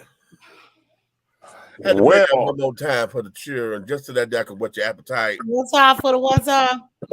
One time for the one time, honey. So listen, on that note, baby, we want to thank you guys for joining us, honey, and for doing you the way you do you and letting us do us the way we do us, honey. So on behalf of everyone here, thank you to Mr. Roderick D. Davis for being our special guest earlier today. He's one of the actors there with About Him coming up in season 5, playing the role of Jermichael. And because of that, darling, yeah, we want to make sure that we support and give them all the love and things of that nature. So, darlings, you may finish all of your crumpets, baby, because the tea has been dished, and you've been dishing tea, darlings, with Big Meech and Aunt Nikki and the big guy ally over there, honey. That's Big Red, a.k.a. the minister, Lavelle Hayes, darling. We back, bitches. Okay, we are, and we are again, honey. So listen, we just want to tell you, honey, if you love us, tell all your friends, honey. But if you hate us, you can tell all of your motherfucking enemies. Because you know this, that everything that we do in any way, shape, style, form, or fashion, everything that we do will move forward. Not the peanut butter. Not the don't start. The butter butter. This the butter butter butter. This the first day back. You gonna bust out the peanut butter up? You gonna bring out the butter. See, he got peanut butter. I got apple butter too. Ooh, you got apple butter? Hey, I trade. Right. No, don't trade with him. Trade with me. I got crunchy peanut butter. I'll trade you for some apple butter. See, you're not right. I was gonna give him the creamy. You want to give him the nuts? You know that's not fair, right? I think he read the other nut. Wait a minute. No. Hold up, y'all. What happened? Hold up. I gotta make sure this is right. Wait a minute. Oh, Lord. Hold up. I know I'm not seeing this right. What? Hey, Nikki. Hey, niece. Hey, Uncle Red. Shut up. Don't you do my niece like that. Okay, don't you start that old crazy shit now. Listen, am I about to sing like "Don't You Bring Me No Bad News"? No. Don't you bring me No, I want to see what's going on. And see, a lot of these children got this clickbait shit. Oh. Put that up there, and I'm trying to check out something before I do it. And there's a video she talking about something. It said Cedric the Entertainer had died. I'm like, no, that's a lie. Oh, is it one of those videos where the kids? There's this new prank shit, and I hate it. It's to get somebody's reaction. Oh, it's his mother. Oh, okay. Oh, wow. It's his mother. Where she started, I've been with him. Well, you okay, know, I'm sitting there looking. I'm like, yeah, you can't. Don't do them. Them damn Instagram, them YouTube shits do not. Yeah, don't do that. That shit ain't Because funny. that's them That was overseas. like Angela Bassett's son did it about Michael B. Jordan, and she Yeah. almost broke. She almost Right. You almost gave your mother a heart attack. Okay. But no, this one particular, it's a site on YouTube, and they're overseas because the girl talks with the accent or whatever, stars, whatever, and the way how it's clickbait all day, you know. Well, And I'm like, wait a minute. there is one on YouTube who always says like "rest in peace" to such and such and such and such, just to get you to click on it. That's the one you come out. That's the one. I can't stand them. That's the one. That's the exact one. I think So I I'm like, blocked I know damn well that no, don't do that. Okay, but anywho, All we're right, gonna let you y'all. guys We love go. y'all. Okay, so that we got a little scare for the moment, honey. So Yes, okay. like I was like, we had too good of a night. What? They did the same thing to him. Wait a minute. Okay, here we go. So, yeah, we're gonna go on up out of here and things of that nature. I had to make sure I have my closing credits ready. So, with all of that being said, honey,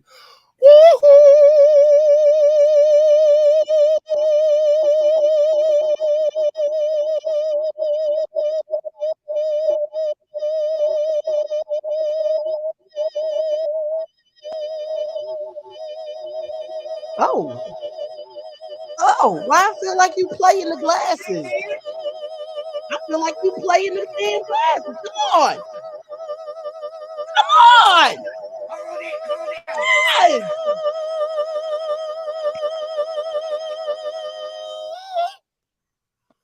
A show and scene, honey.